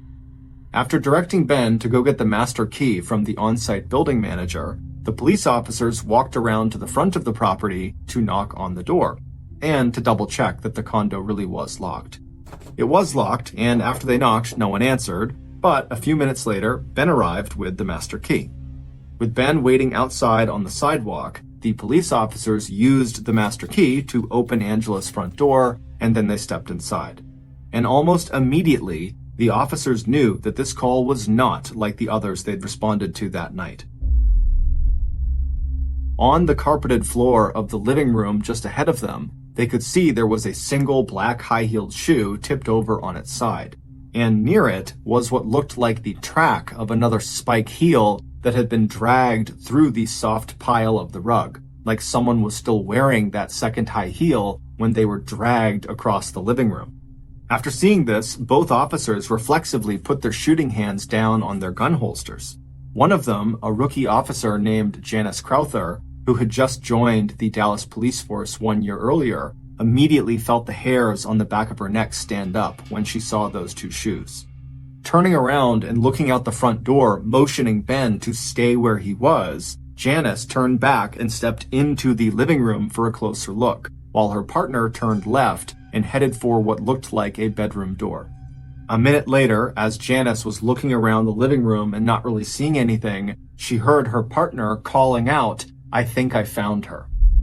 In the 31 years that Officer Crowther would go on to serve in the Dallas police force, she would never see a crime scene any more brutal than the one that met her eyes when she stepped into Angela's bedroom. Inside, Angela Samoda was lying on her back. While the upper part of her body was still on the mattress, her long, tanned legs dangled off the edge of the bed, not quite touching the floor. Her naked body was covered in blood, and it was clear right away that she had been the victim of an incredibly violent attack. The officers immediately rushed over to her and checked for a pulse, but Angela was deceased. After making sure the attacker was no longer in the condo, police radioed for an ambulance, crime technicians, and a team of homicide detectives. Within minutes, the street outside of Angela's condo, as well as her building's inside parking lot, became the scene of police cars and flashing lights as officers quickly cordoned off Angela's unit with yellow crime scene tape. 30 minutes later, lead detective Virgil Sparks and his partner Russell Graves were standing in Angela's bedroom looking at the ruined remains of a young woman who just hours before had had a vibrant life and a promising future. Their first impression was that this murder had been a crime of intense passion. In violent cases like this, where there was no sign of robbery, Police knew from their experience that the motives were often rage, jealousy, love, revenge, or some combination of those. Detectives would need to wait for confirmation from the crime scene techs and the results of Angela's autopsy, but it certainly looked to them like Angela had been the victim of a violent sexual assault. And since there was no sign of forced entry, it also looked like Angela herself had opened the door to her attacker. From the defensive wounds on Angela's hands and arms, and the single high-heeled shoe that was still lying in the middle of the living room, detectives also surmised that there must have been a struggle and that Angela had likely tried to fight off her attacker. And from the smears of blood on the bedroom light switch and the bloody residue around the drain in the bathtub and on the bottom of the shower curtain, it also appeared that after killing Angela, her attacker had used her bathroom to try to clean themselves off before leaving the condo and taking the murder weapon with them. Feeling sure that the killer had to be someone who knew Angela, the first people that the police wanted to talk to were the men in Angela's life, starting with Ben. If it was true that Angela had called Ben at 1:45 a.m., when, according to Ben, she sounded distracted and in trouble, which had prompted him to go check on her at her condo, and given that Ben called 911 at 2:17 a.m., then the murder had to have occurred during those intervening 32 minutes. If the killer wasn't Ben, then that meant Ben had just magically arrived at the condo within minutes of the killer making their getaway. It just seemed too convenient for Ben. So the detectives believed Ben had to be involved, or at least know something about what happened. His proximity to the crime and connection to the victim was just impossible to ignore. 30 minutes later, Ben was sitting across from the detectives in the interrogation room at the Dallas police station. And the thing detectives noticed about Ben right away was his very unemotional response to what had just happened to his girlfriend. Ben just kind of sat there quietly as if nothing had happened.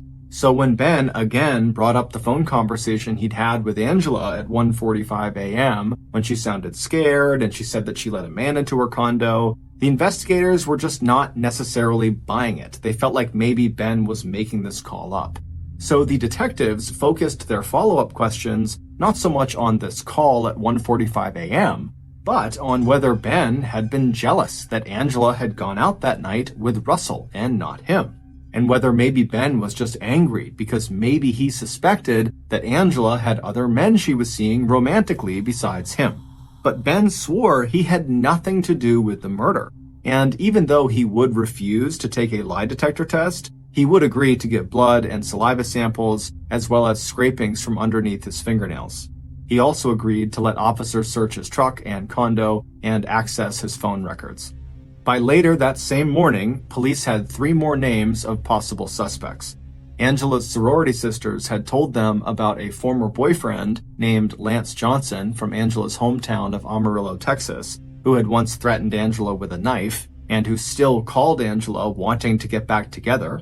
The police also had the name of Joseph Patrick Barlow, the Southern Methodist University student who had been known to follow Angela around campus and leave notes on her car windshield, along with writing love poems to her. And then there was Russell, the young architect who had spent the evening with Angela and Anita, and who had asked Angela out on at least one date and had been stood up by her at least one time.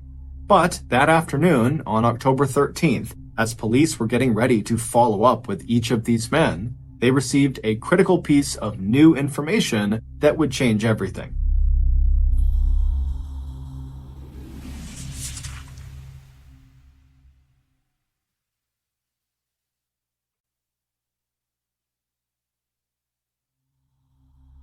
The preliminary results from Angela's autopsy had come back, and she had indeed been sexually assaulted, and her attacker had left behind plenty of bodily fluids, including semen, which meant her attacker was a male.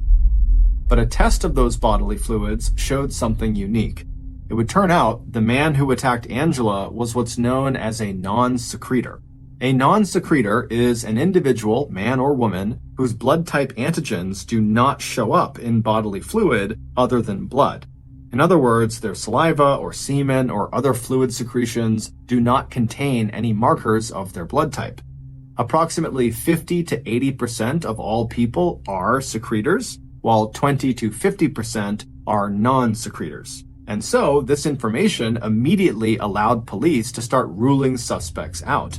Today, police use DNA testing to track bodily fluids back to an exact individual. But back in 1984, when Angela was murdered, this kind of rough sorting of suspects using information like whether they were a secretor or not was about as good as police were going to get. So, with the non-secretor news, coupled with bulletproof alibis, the list of suspects suddenly dropped from 4 names down to just 1. Not only was Angela's potentially violent and jealous former boyfriend, Lance, a secretor rather than a non-secretor, he was also asleep in his parents' house in Amarillo, Texas, on the night of Angela's murder. And although the student who had followed Angela around campus would turn out to fit the bill as a non-secretor, he too had a rock-solid alibi that ruled him out. That left 2 suspects, Angela's boyfriend Ben and Russell Buchanan. And while Ben had seemed very much like the number 1 suspect, the search of his truck and apartment had turned up nothing, and phone records placed him far enough from the scene at the suspected time of Angela's death that police doubted he had the time to commit the murder. He also was eventually proven to be a secretor. Russell, on the other hand, was a non-secretor, and he had been with Angela right before she was killed, and his apartment was only a 5-minute walk from her condo. But what really snagged the police's interest in Russell was the fact that when investigators went to his apartment to interview him on October 13th, just hours after Angela's body had been discovered, Russell was nowhere to be found. In fact, it wasn't until Monday, October 15th, more than 48 hours after Angela's murder, that police finally found Russell at his home. And when Russell answered their knock on his door, he found a shotgun pointed directly at his chest. It wasn't exactly a raid, but it was clear to Russell that he was in some serious trouble. With the shotgun still aimed at his chest, detectives ordered Russell to go with them to the police station to answer questions about the murder of Angela Samota. Once they were in the interrogation room, Russell told the detectives that he had nothing to do with Angela's murder. He said he didn't even know she had been killed until the police were at his door that morning with a shotgun pointed at him. He said the last time he saw Angela was when she and her friend Anita had dropped him off at 1 a.m. after the 3 of them had left the club. He told police that he was never involved romantically with Angela and that he knew she had a boyfriend and he was not jealous. When asked why he wasn't around on the 13th and 14th, Russell said he'd been at a wedding in Dallas before flying to Houston, Texas to visit his parents, and he had only just gotten back late on the 14th. Russell's story seemed plausible, but he didn't really have an alibi, and he was a non-secretor, so investigators could not rule him out as a suspect. However, without any other hard evidence that actually linked Russell to the crime scene or to Angela's death, Detective Sparks and Graves had to let Russell go. Over the next few weeks, 6 investigators, who were all assigned full-time to Angela's case, chased down every lead they possibly could. They interviewed everyone from friends and family to the mechanics who worked on Angela's car to the workers who had installed the carpeting in Angela's condo. But no one had any useful information. Crime Stoppers, a community program that encourages people to provide anonymous tips about crimes, featured Angela's case in a televised program and even offered a reward of $1,000 for any useful information. Also, Angela's own family offered a reward of $10,000 for information that would lead to her killer. But still, nothing came in. And as every lead seemed to go cold, Detective Virgil Sparks couldn't help but keep coming back to one name on his suspect list: Russell Buchanan. Russell had not been ruled out yet, and in Detective Sparks' eyes, Russell just seemed like the guy. And soon, one of Angela's friends, Sheila Gibbons, would become Detective Sparks' unlikely ally in his effort to uncover incriminating evidence against Russell. 22-year-old Sheila Gibbons was especially traumatized by Angela's death. Not only were the women both members of the same sorority, but also Sheila had been Angela's roommate during Angela's first year at Southern Methodist University. When they first met, it had seemed like the two girls did not have much in common. Sheila struggled with dyslexia, a learning disability that made it hard for her to correctly interpret words. And so while Sheila struggled with her studies and preferred socializing to books, Angela was the opposite. But over time, these differences actually seemed to draw the girls closer together. Sheila made sure that Angela didn't just study, and Angela helped Sheila focus on schoolwork. Even after Angela had moved into her own condo off campus, the women had remained very close. And just 1 week before Angela's murder, the two of them had had one of their regular get-togethers to catch up and chat about what was going on in their lives. On the weekend that Angela was killed, Sheila had been away from the university visiting her mother in North Texas, and that was where she was when she got a call from one of her sorority sisters who broke the terrible news. Sheila was completely devastated, and as soon as she got back to the campus, she went straight to the Dallas police station to see if there was anything she could do or tell them that would help in their investigation into Angela's death. And it was there at the station that Sheila happened to look over and see some of the crime scene photos of Angela right after she had been raped and murdered. And it was a sight Sheila could just never forget. After speaking with Detective Sparks and getting the impression that he was especially suspicious of Russell, Sheila offered to arrange and record conversations between herself and Russell in hopes that Russell might tell her something incriminating. And on top of Sheila spying on Russell, police also set up 24-hour-a-day surveillance on Russell, and they also pulled him in for questioning on dozens of occasions, picking him up at his work or at his apartment or anywhere in between. But all of that came to a screeching halt in April of 1984 when Russell hired a well-known defense attorney who told police they had to either charge Russell with a crime or leave him alone. And because at that point police still had not unearthed any hard evidence against Russell, they were forced to just leave him alone. And so Russell became yet another dead end. And by the late spring of 1985, the Angela Samota murder investigation had basically gone ice cold. And around the same time that investigators set Angela's files aside and changed the status of her case from active to suspended pending new information, Angela's friend and Detective Sparks' unofficial spy, Sheila, really started to struggle. Angela's unsolved killing had shattered Sheila's sense of safety and security, along with her belief in the justice system. Convinced that Russell had just gotten away with murder, and still feeling totally traumatized by the brutality of her friend's murder, Sheila would drop out of Southern Methodist University in the middle of her senior year. For a while after she left school, Sheila just sort of drifted through her life, overwhelmed by the sense of numbness that Angela's murder had caused.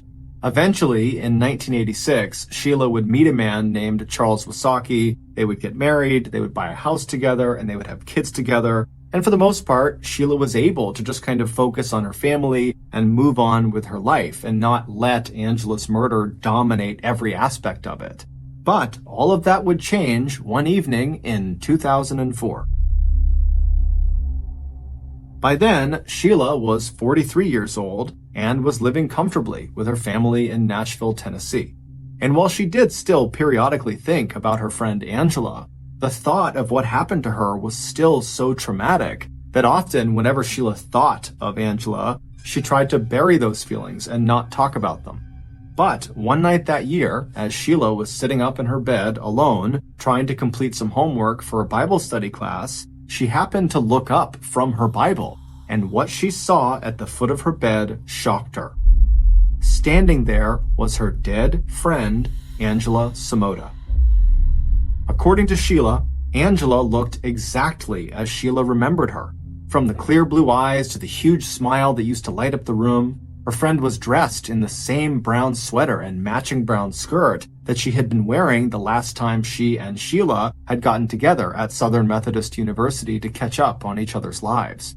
Even though Angela would vanish just a moment later, Sheila described that experience of seeing Angela standing there as a, quote, God nod, a message not from Angela, but directly from God, that it was time for Sheila to get out there and make sure Angela's murder case finally got solved.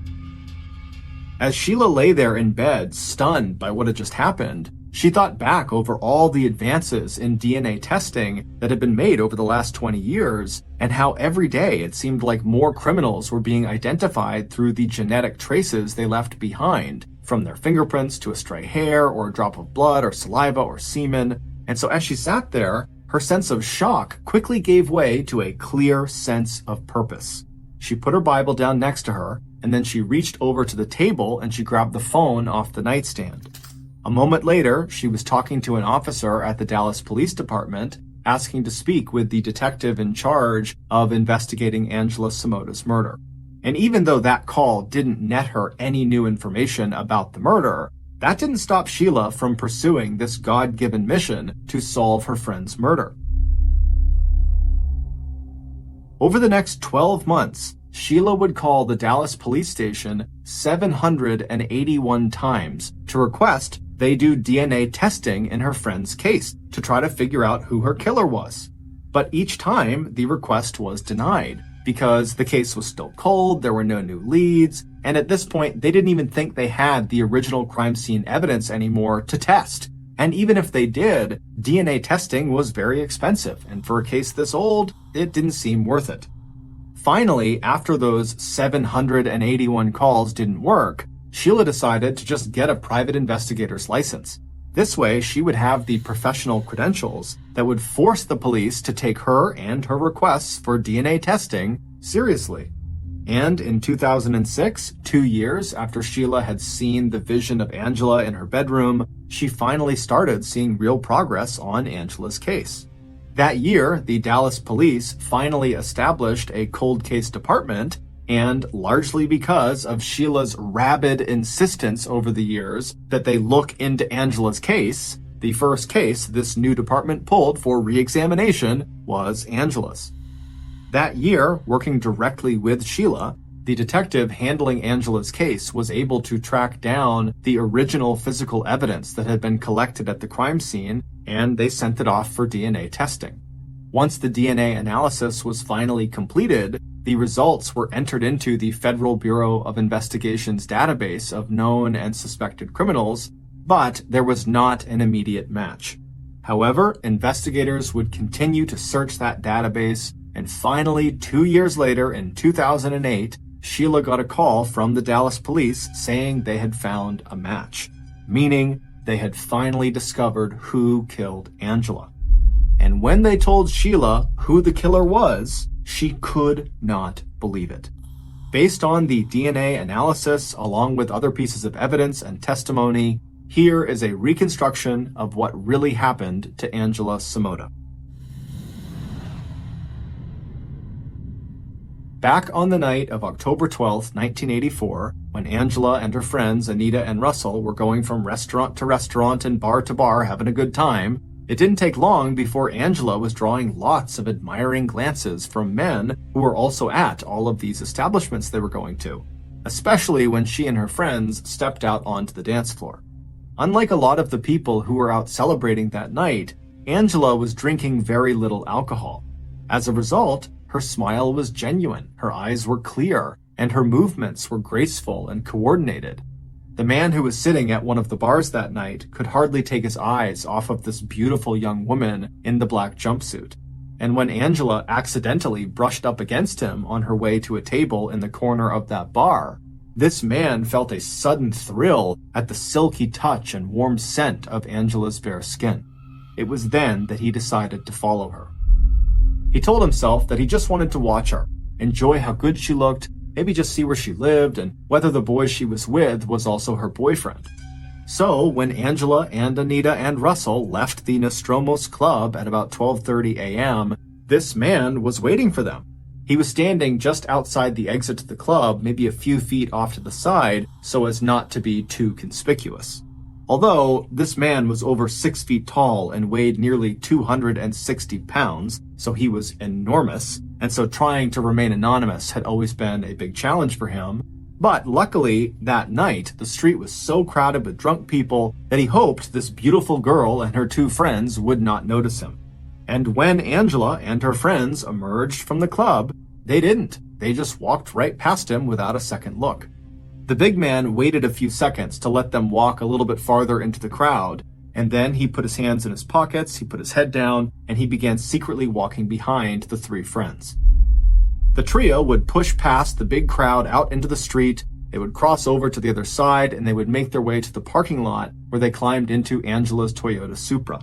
By the time Angela had turned her car on and began backing out of her parking spot, the big man who had followed them was now sitting only a few spots away in his idling vehicle.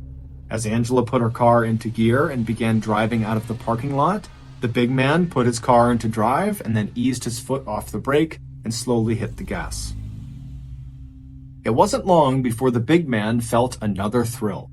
At the first stop Angie made, that was the name he'd overheard her friends call her, the young man who had been with them got out. He hugged Angie and then made his way into the nearby condo building. Meaning, even if that young man was Angie's boyfriend, he wasn't going to be spending the night with her. A few minutes later, the big man could hardly contain his excitement when Angie stopped again, this time at a college dormitory where she said goodbye to her other friend, the girl. Angie was now all alone. But the big man's smile faded when Angie's third stop took her to an apartment where she knocked on the front door. This couldn't be her own place, or she would have just used a key and walked in. A minute later, an outside light switched on, and the big man saw another young man open the door, and a moment later, Angie had stepped inside and the door had shut behind them. So that was it, the big man thought, at least for tonight.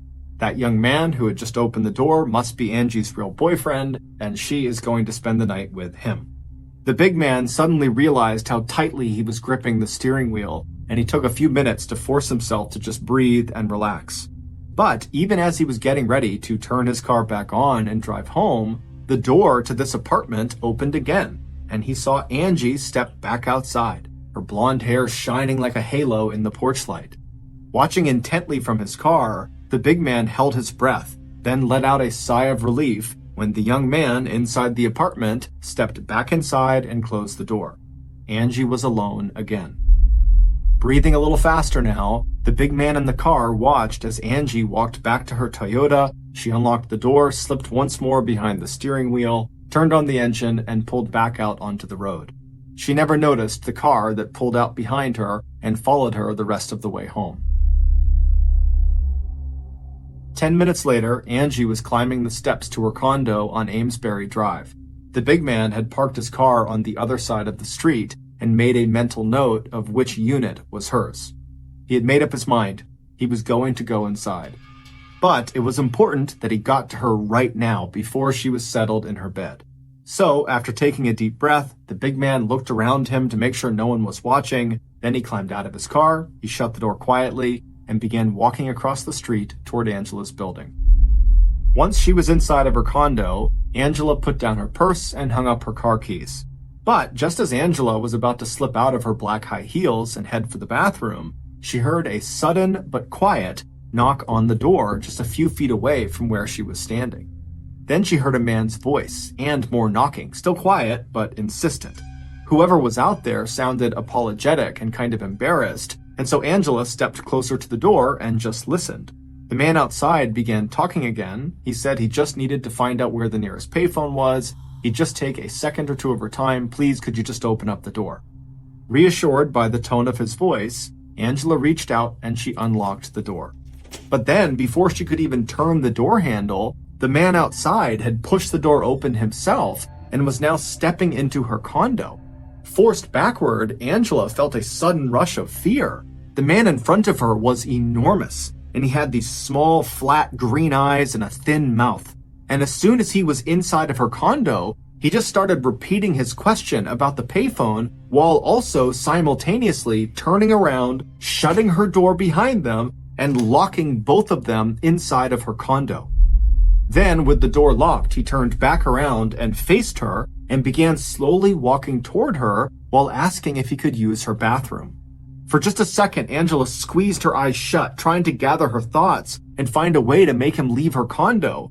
And then she thought of Ben. What she needed to do was call Ben. This huge man would never hurt her if he knew that she'd told her boyfriend that he was here in the condo with her. So, as Angela forced herself to open her eyes and face the big man who was bearing down on her, she also reached out for the phone on the kitchen counter and quickly punched in Ben's number. The man didn't try to stop her from using the phone. He just continued walking closer and closer to her while asking, "Where's your bathroom? Where's your bathroom?" With the phone up to her ear, Angela quickly gestured to the intruder with her other hand toward a tiny hallway on the other side of the living room where the bathroom was located. As the big man suddenly turned away from her and began striding toward that hallway, Ben answered Angela's call. Right away, Angela began speaking, doing her best to stay calm, but her voice sounded strange and disjointed. "Ben," she said, "talk to me, please." And in the seconds that followed, Angela kind of awkwardly explained that she had just allowed a man into her apartment and he's using the bathroom and he's asking about a payphone, and did Ben know if there was a payphone near her condo? Maybe if the intruder knew where the payphone was, he'd just leave. But before Angela could explain anything else, the big man emerged from that hallway near the bathroom and strode right back over to Angela and again began asking her over and over again, "Where's your bathroom? Where's your bathroom?" The big man was now so close to Angela that the only way to put distance between her and him was to hang up the phone and back up. And so Angela quickly told Ben she'd call him back in a few minutes, and then she dropped the receiver onto its cradle.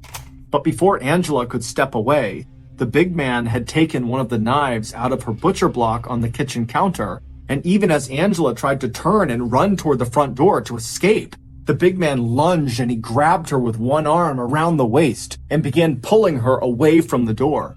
Angela did her best to fight back, but her attacker was way bigger and stronger than she was, and so a moment later she was being forcibly dragged across her living room towards her bedroom. After throwing her onto her bed, the big man climbed on top of her and then pressed down hard with his left hand over her mouth and face to stifle her screams. Then he violently raped her. After he was done, with his hands still pressed down over her mouth, he straddled her torso with one knee on either side of her, making sure she couldn't move. Then, with his free right hand, he reached over and he grabbed the knife he had taken from the kitchen that was sitting on the bedside table. Then, while staring straight down at Angela's wide eyes, the man raised the knife in his right hand over his head, and then he brought it straight down with all of his strength into the center of Angela's chest. Angela tried to buck him off, but seconds later he had pulled the knife out of her and then drove it back down again into a new spot in her chest. And he would do this over and over and over again, 18 total times. The force of these blows were so great that they broke Angela's breastbone, and even though the knife may have been as short as 2 inches long, it would go straight through Angela's heart and then come out of her back. And every time this huge man who was crouched over her like a monster raised the knife again to strike, a spray of blood left a thickening trail on the headboard and wall behind Angela and coated her face and body with droplets, except where the killer's left hand covered her mouth and where his enormous body covered her bruised and naked skin. Janice Crowther, one of the police officers who first discovered Angela's body early in the morning of October 13th, 1984, would later testify at the killer's trial that when she first walked into Angela's bedroom, it looked like Angela's heart had been cut out and was laying on top of her chest. It would turn out Angela's killer was a 36-year-old convicted serial rapist named Donald Bess, who had targeted Angela simply because he liked the way it felt when she accidentally bumped into him at the bar. That was all it took. Angela didn't know him, and he didn't know her. Angela was simply in the wrong place at the wrong time. Donald was already an experienced predator when he first came in contact with Angela. He'd gotten out of prison on parole just 6 months earlier in March of 1984 after serving only 6 years of a 25-year-long sentence for rape, kidnapping, and aggravated assault.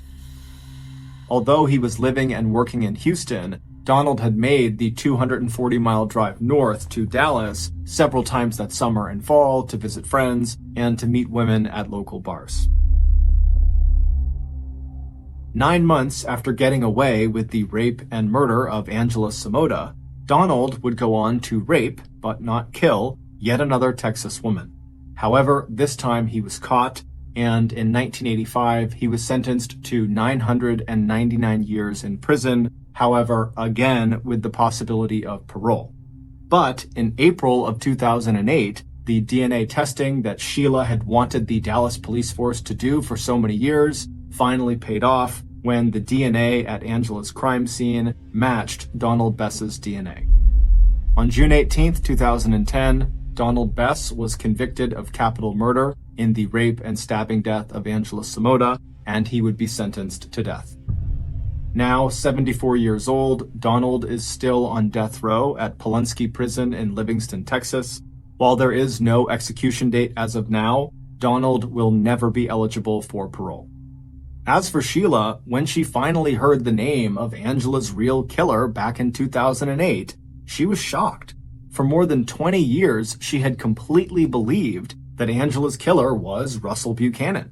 In February of 2012, Sheila met with Russell in Dallas to apologize for her attempt back in 1984 to connect him to Angela's murder, and her belief in the years that followed that he was the guilty party. Now a well-known and successful architect in Dallas, Russell was quick to forgive. In the end, Sheila's persistence had not only led to the discovery of Angela's real killer, but it had also finally lifted the cloud of suspicion Russell had been living under for more than 2 decades. Sheila is still a practicing private investigator. Her specialty is cracking cold cases.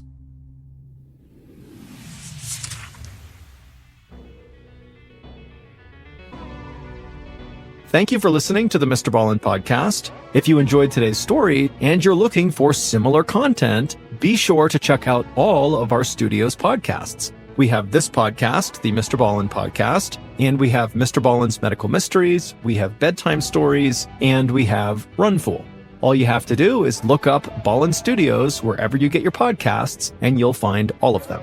Also, to watch hundreds more stories, just like the one you heard today, you can head to our YouTube channel, which is just called MrBallen, and there are many, many episodes on there that have never been on any of the podcasts. So that's going to do it. I really appreciate your support. Until next time, see ya.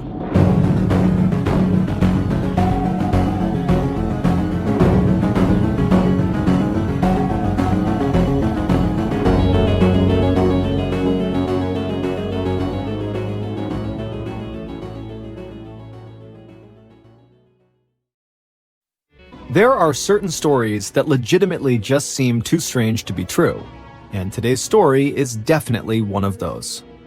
But when you get to the end of the story, you'll see that a major American educational institution fact-checked this story really aggressively, and it held up. It really happened. So go into today's very wild story with an open mind. But before we get into today's story, if you're a fan of the strange, dark, and mysterious delivered in story format, then you've come to the right podcast, because that's all we do, and we upload twice a week, once on Monday and once on Thursday. So if that's of interest to you, please offer to read the Amazon Music follow button a bedtime story, but badly mispronounce every 4th word. Okay, let's get into today's story.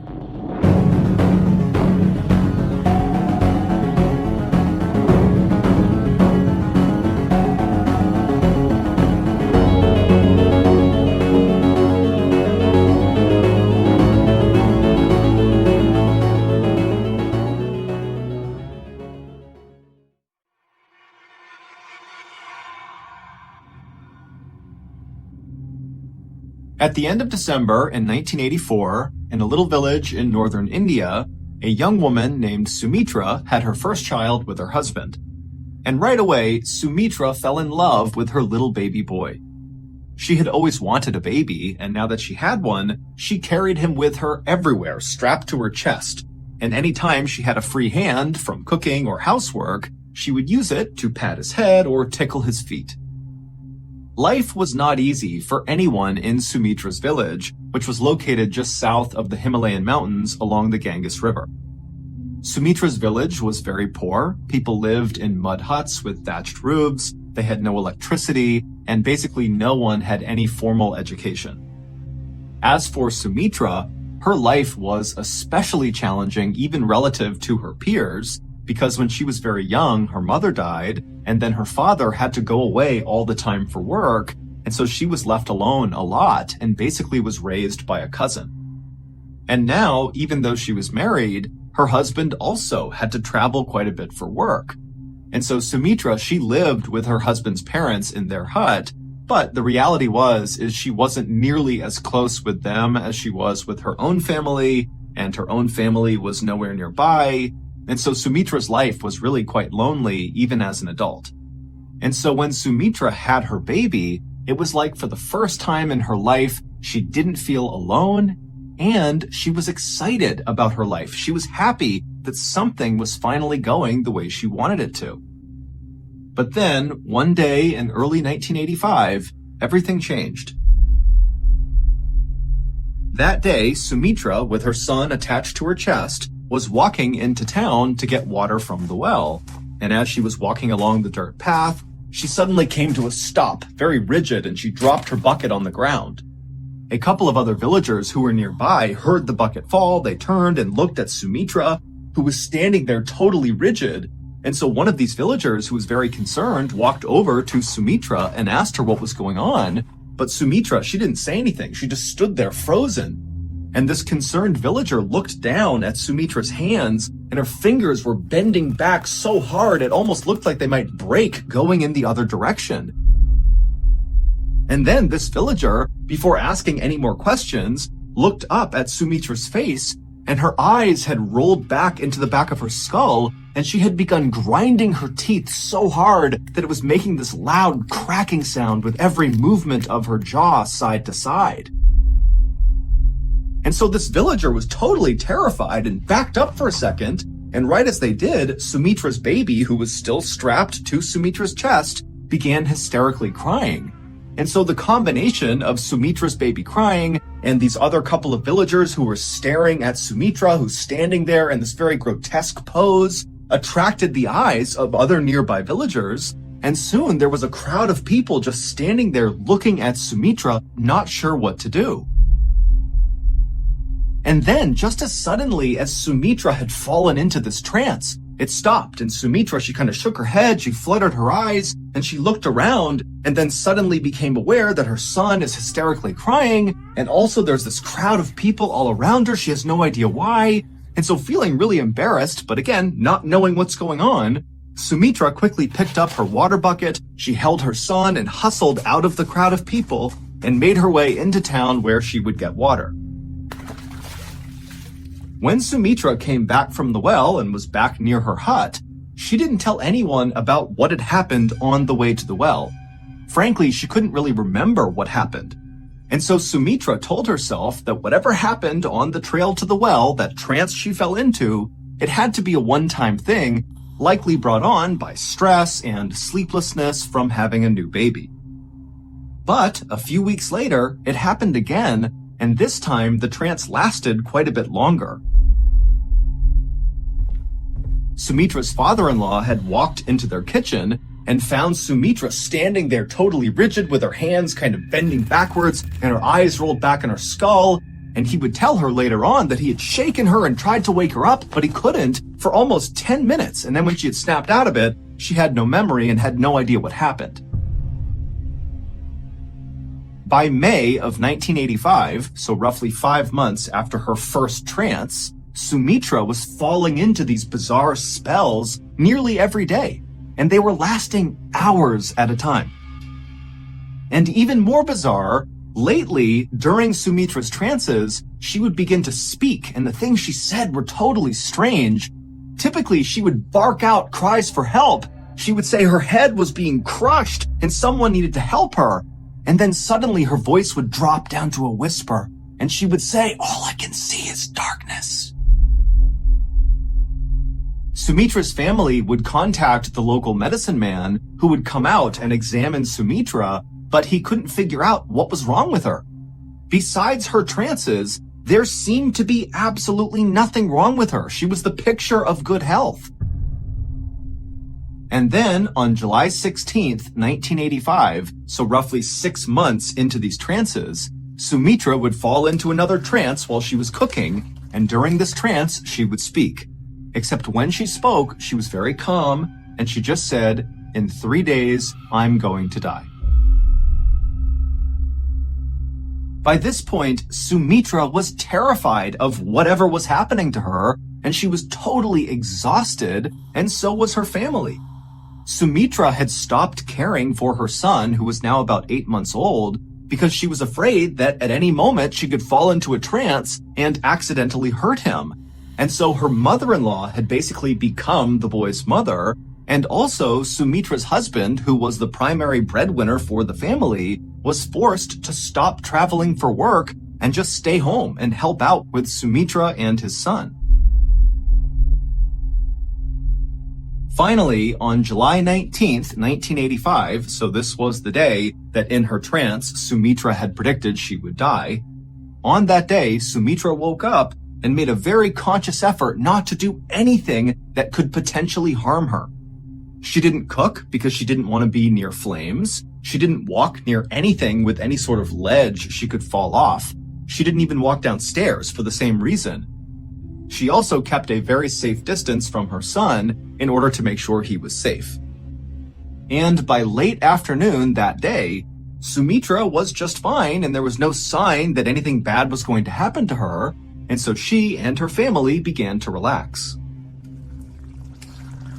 As Sumitra's mother-in-law began making dinner, Sumitra decided to go outside and get some fresh air. And when she got out there, she saw one of her close friends across the road, and so she waved to her. And as her friend cheerfully began walking closer to Sumitra to say hello, Sumitra suddenly froze, her eyes went back in her skull, her hands became rigid, and she fell into one of her trances. And so this friend, like everyone else in the village, had become quite accustomed to seeing Sumitra in these trances. And so really, the friend was not that concerned when she saw Sumitra doing this. But then Sumitra began doing something in her trance that this friend had never seen before. Sumitra, who normally had her hands by her side during these trances, she began raising her hands up till they reached her forehead, and then wildly Sumitra began clawing at something right above her head, and as she did, her breathing became very loud and labored. And so this friend, feeling suddenly so concerned for Sumitra, rushed over, but when she got right next to Sumitra, there was nothing she could do. Sumitra was just clawing at the sky, breathing really heavily, and then suddenly Sumitra stopped and she put her hands down by her side, and she went back to this rigid pose, and then out of Sumitra's mouth came this horrible, low, rattling moan sound. It was just a constant sound that came out of her, and it got deeper and deeper and deeper until Sumitra's voice kind of cracked. And then suddenly Sumitra went totally still. And when this happened, Sumitra's friend, who was right next to her, realized Sumitra, even though she was standing upright, she was not breathing at all. It was like she was a statue. And so this friend began screaming for help. And so Sumitra's in-laws and her husband and other villagers who heard this cry, they came running outside and they quickly circled around Sumitra. And then a few minutes later, the medicine man arrived. He broke through the circle, went right up to Sumitra and began checking her out. He checked her pulse, he checked her heartbeat, he kind of looked inside of her mouth, he looked in her eyes, and then after a minute, he stepped back and he just said, "She's dead."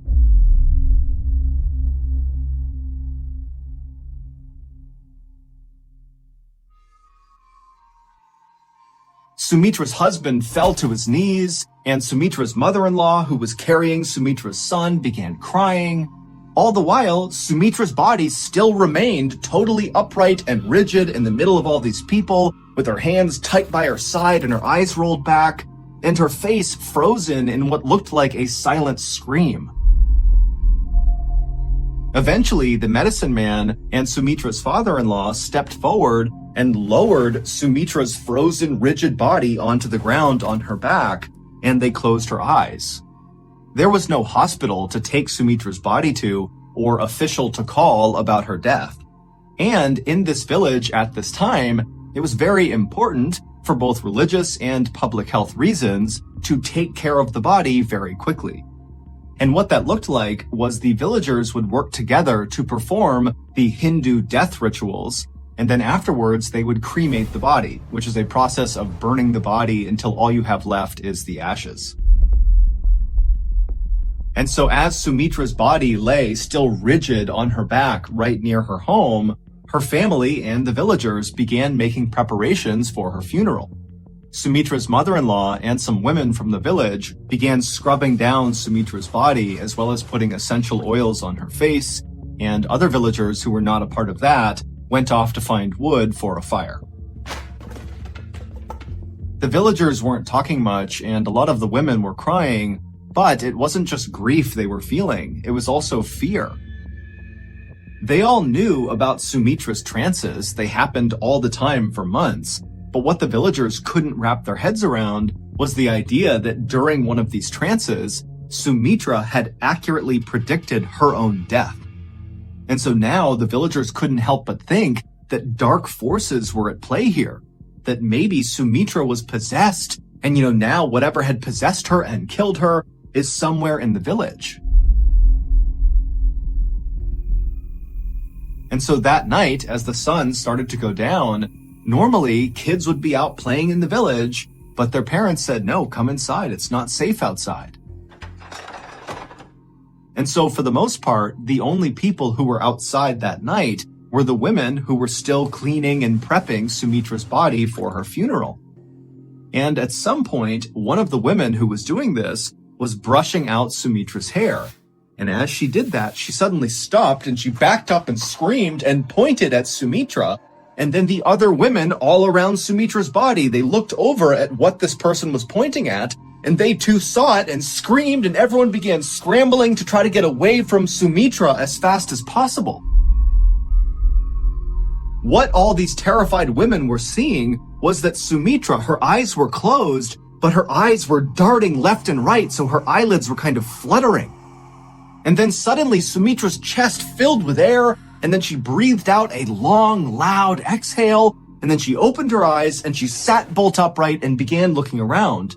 And the other women who were terrified, they're looking at her, and they were struck by how completely healthy and normal Sumitra now looked. Even though for the past 45 minutes, she didn't have a heartbeat and was totally pale and looked completely dead. Sumitra wiped the essential oils from her face, and then she stood up, and as she did, the medicine man, he had heard all the commotion and ran over, and he ran to Sumitra and kind of assisted her and got her to stand on her feet because she was a little bit wobbly. And then the medicine man performed a checkup on Sumitra, checking her heartbeat, her pulse, he looked in her mouth, he looked at her eyes, and then he asked Sumitra, how are you feeling? And Sumitra said, I'm okay. And then the medicine man, he kind of turned to face this now huge crowd of onlooking villagers, and the medicine man had a big smile on his face, and he said, you all have just witnessed a miracle. Sumitra is back from the dead.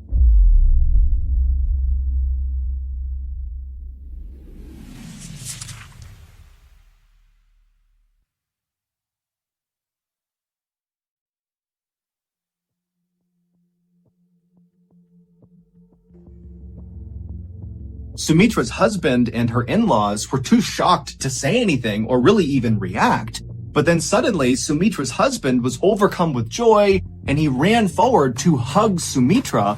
But as Sumitra turned and saw him coming towards her, she backed up suddenly and put her hands out to protect herself from her husband.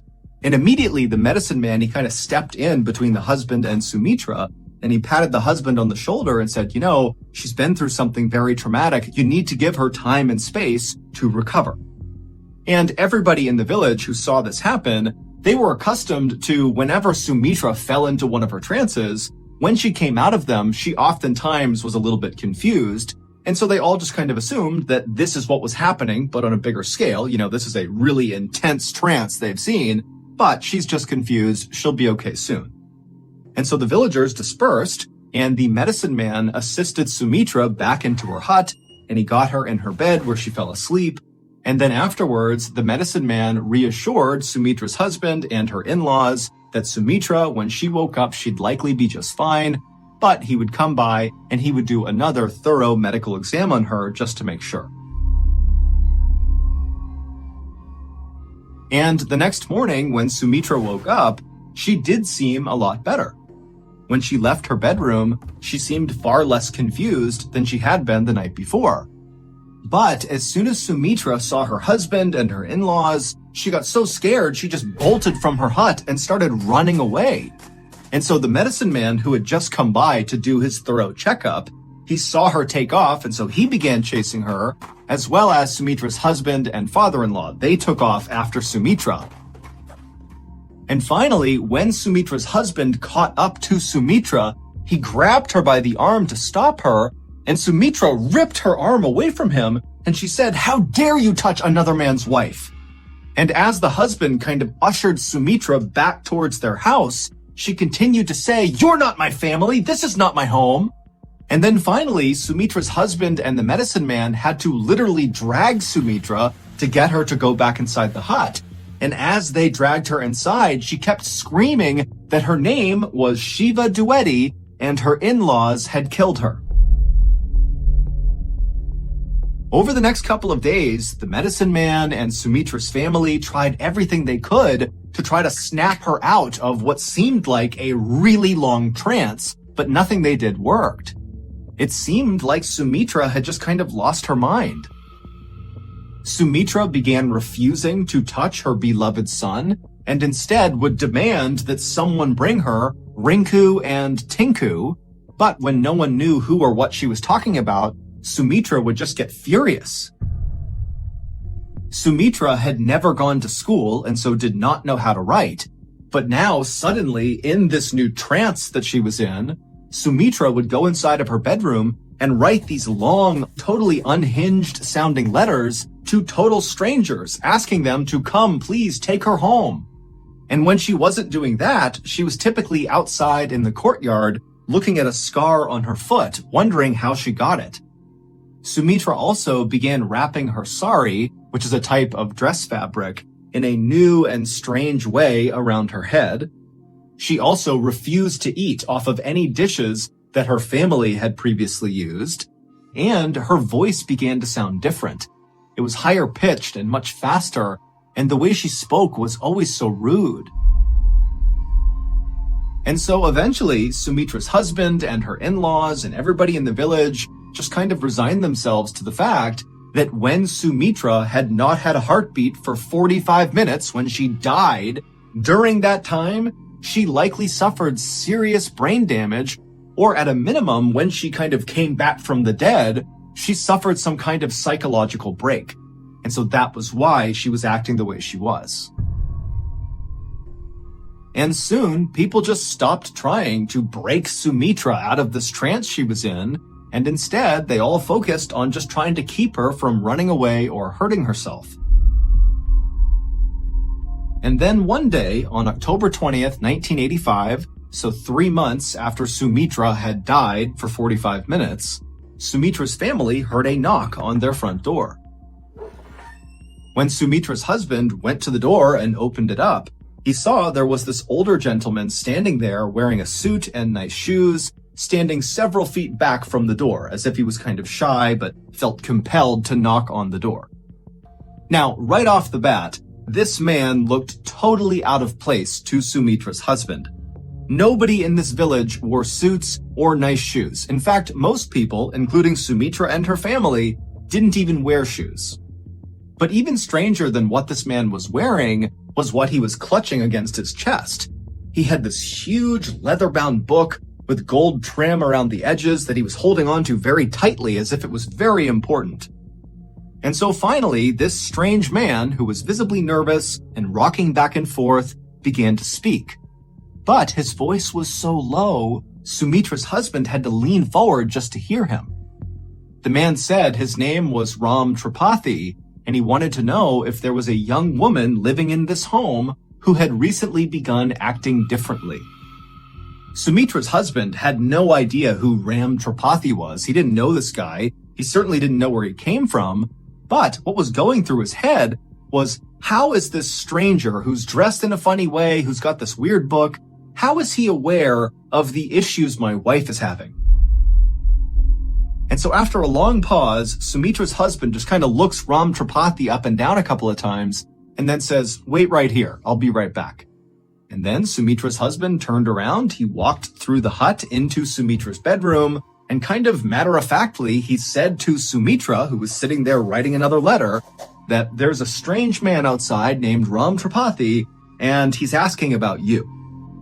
Sumitra's husband expected Sumitra to just turn and look at him with a blank stare, like she had been doing the last few days. But this time she turned and looked up at him with a huge smile on her face, and then she leapt up and ran to the front door and leapt into the arms of Ram Tripathi. And Ram Tripathi, he was kind of taken aback, still holding his book, not really reacting to what Sumitra was doing. And at some point, Sumitra leans in and whispers something into Ram Tripathi's ear. And Ram Tripathi, he reacted to it very negatively. He kind of looked up at her and looked over at Sumitra's husband like something was wrong. But Sumitra's husband couldn't tell what Sumitra had said. And so the whole situation made no sense to Sumitra's husband, and apparently it also made no sense to Ram Tripathi. And so pretty quickly, Ram Tripathi kind of pushed Sumitra off of him and took a few steps back and looked at Sumitra and said, "What's your name?" And Sumitra is now looking at Ram Tripathi with a look of anger and betrayal on her face, and she says, "My name is Shiva Dwivedi." Ram Tripathi, after hearing this, did not respond and instead just kind of gestured over to a low wall just outside of their house for he and Sumitra to go sit down on. And so he walked over and Sumitra followed him, they sat down, and Sumitra's husband, he walked over, but he stayed a couple of feet back standing up. And once Ram Tripathi was sitting down, he lowered his big leather-bound book and he opened it up, and inside were all these photographs. And right away, Ram Tripathi pointed at one of the pictures, which contained a bunch of people in it, and he turned to Sumitra and he said, "Can you identify who's in this photo?" And Sumitra, she looked at the photo and immediately began rattling off names that were all correct. These are people that Sumitra's husband, he's looked over, and he's got no idea who the people are in that photo. And so after Sumitra correctly identifies that photo, Ram Tripathi turns the page, he picks out another photo, and he says, "Can you identify who's in this photo?" And again, Sumitra, one by one, would name correctly all the people in the photo.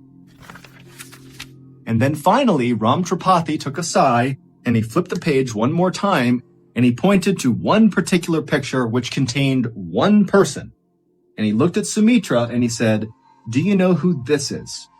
And Sumitra, she would look over at the photo, and instead of immediately saying the name, she paused, and she kind of began to breathe heavy, and she seemed kind of angry. And then she looked at Ram Tripathi, and she said, "I know who that is. That's my sister-in-law, and she killed me by hitting me over the head with a brick."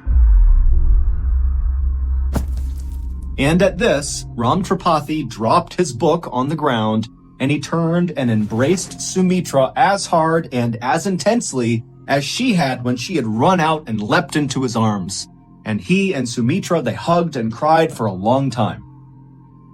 And then finally, when they separated, Ram Tripathi turned to Sumitra's husband, who's still just standing there totally bewildered, and he tells him, "Let's go inside and I'll explain everything."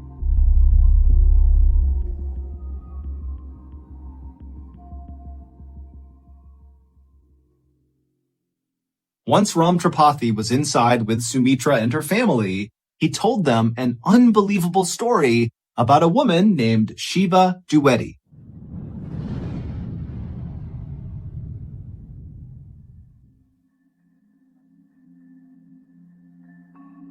Shiva Dwivedi was, of course, the name that Sumitra for months had been saying was her own. But over those few months, her family had just assumed that that name meant nothing and that what she was saying was nonsense because of her brain injury. But Ram Tripathi would tell them that Shiva Dwivedi was the name of a young woman who lived in a city none of them had ever heard before, located about 60 miles away from their village. He would tell them that Shiva was a very wealthy woman who was college educated, and she had 2 young sons. And it would turn out that Shiva's youngest child was born almost on the same day that Sumitra's child was born, in December of 1984. But unlike Sumitra, who after the birth of her child felt like her life got so much better, she loved her family, she was excited about the future, for Shiva, it was the opposite. When her first child arrived, it was like her life got worse and worse and worse. Shiva's in-laws had grown to hate her. They didn't like that she was so well educated, and they hated the family she came from. And so by early 1985, when by this point Sumitra was regularly falling into those trances with her eyes rolling back and her teeth gnashing, the tension and fighting in Shiva's home, 60 miles away, was reaching an almost unbearable level. Shiva began writing these long letters that she would send to her family far away, where she would detail waking up almost every night with nightmares, screaming. And in May of 1985, which is when Sumitra began speaking during her trances, Shiva got into the biggest fight she had ever gotten into with her in-laws about attending a family wedding. And on the night of May 18th, 1985, Shiva's neighbors in her city saw Shiva's in-laws literally carrying Shiva's body, which appeared to be unconscious, as they walked along the railroad tracks. When these neighbors ran up and asked if everything was okay with Shiva, Shiva's in-laws just said, "Oh, she's sick and we're taking her to the hospital." Now, it was nighttime, there were no lights around, and so it was really dark, and these neighbors couldn't get a good look at Shiva to see, what was going on with her. And so even though they thought this was very strange, they decided not to say anything. The next morning, Shiva's dead body was found lying on the train tracks right near the train station. And so someone raised the alarm, and before long, Shiva's uncle and sister ran to the train station, and when they got there and saw Shiva on the tracks, they also saw Shiva's in-laws were already there. And when they spoke to Shiva's in-laws, they told the uncle and the sister that it looks like Shiva must have jumped in front of a train to commit suicide. But the uncle and sister are looking down at Shiva's body, and there appeared to be really no markings, bruises, cuts of any kind on her body that you would expect from getting hit by a train, except Shiva did have a very big mark on her head. Later on, the uncle and sister would say it looked like something had bashed Shiva's head in. Shiva's in-laws would immediately cremate Shiva's body before Shiva's actual family could stop them, and the police in this area were not good at investigating crime. So when Shiva's in-laws went to them and said, "Yep, she jumped in front of a train, she committed suicide, but we don't have a body because we already cremated her," the police just accepted it. Shiva's father was convinced that Shiva had been murdered, but he didn't have a way to prove it. Until Sumitra appeared to die on July 19th, 1985, and then came back to life, claiming to be Shiva. Shiva's father had heard a rumor about some girl in a village 60 miles away claiming to be his dead daughter. Now, at first, Shiva's father did not believe this, but eventually he decided he would go to the village and test this girl to see if maybe it was true. And so, on October 20th, 1985, Shiva's father put on his best suit and his nicest shoes, he brought his leather-bound photo book, and he headed to Sumitra's village and knocked on her hut. Ram Tripathi was Shiva's dad. When Sumitra at first ran outside and leapt onto Ram Tripathi and hugged him, and then whispered something into his ear that Sumitra's husband saw happening but couldn't hear what she said, and then Ram Tripathi, when he heard what she whispered, he kind of recoiled and acted angry for a second. What Sumitra was saying was, "Papa." In the moment, Ram Tripathi, who was not convinced Sumitra was his daughter, felt like this is a horrible, elaborate hoax and it needs to stop. But then Sumitra correctly identified 15 people in his leather-bound photo album, including the sister-in-law who she said killed her. And even more convincing than that was that Sumitra knew how Shiva had been killed, by getting smashed over the head with a brick. This was a question that Ram Tripathi had never heard the answer to before. And at that point, Ram Tripathi believed that this must be his daughter's reincarnated spirit inside of Sumitra. And so that was when he dropped the book and gave her a big hug. This story is considered to be one of the most credible reincarnation stories ever recorded.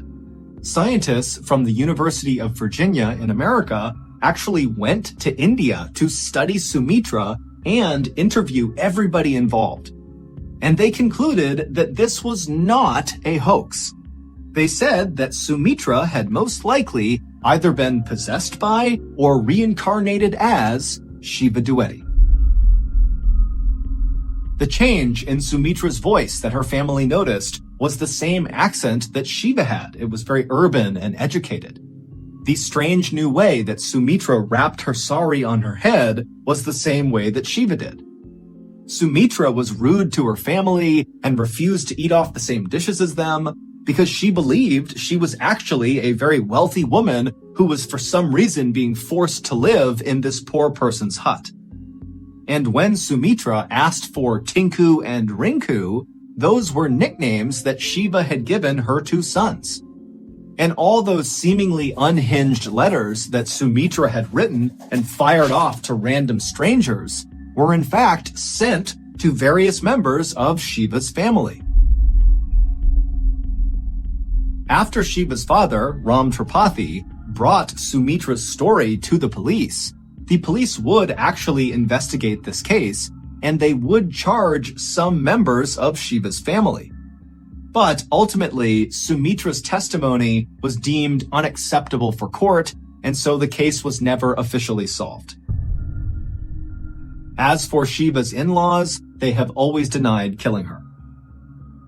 Sumitra lived the entire rest of her life as Shiva, and Shiva's real parents accepted her as their daughter. Sumitra also came to accept her son and raised her son with her husband in their little village until she died in 1998.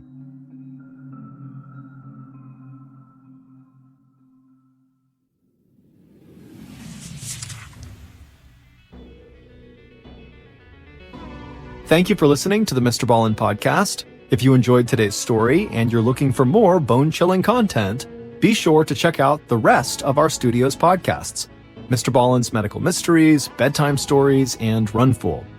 Just search for Ballen Studios wherever you get your podcasts.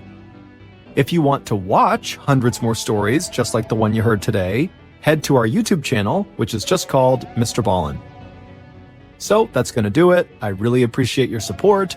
Until next time, see ya.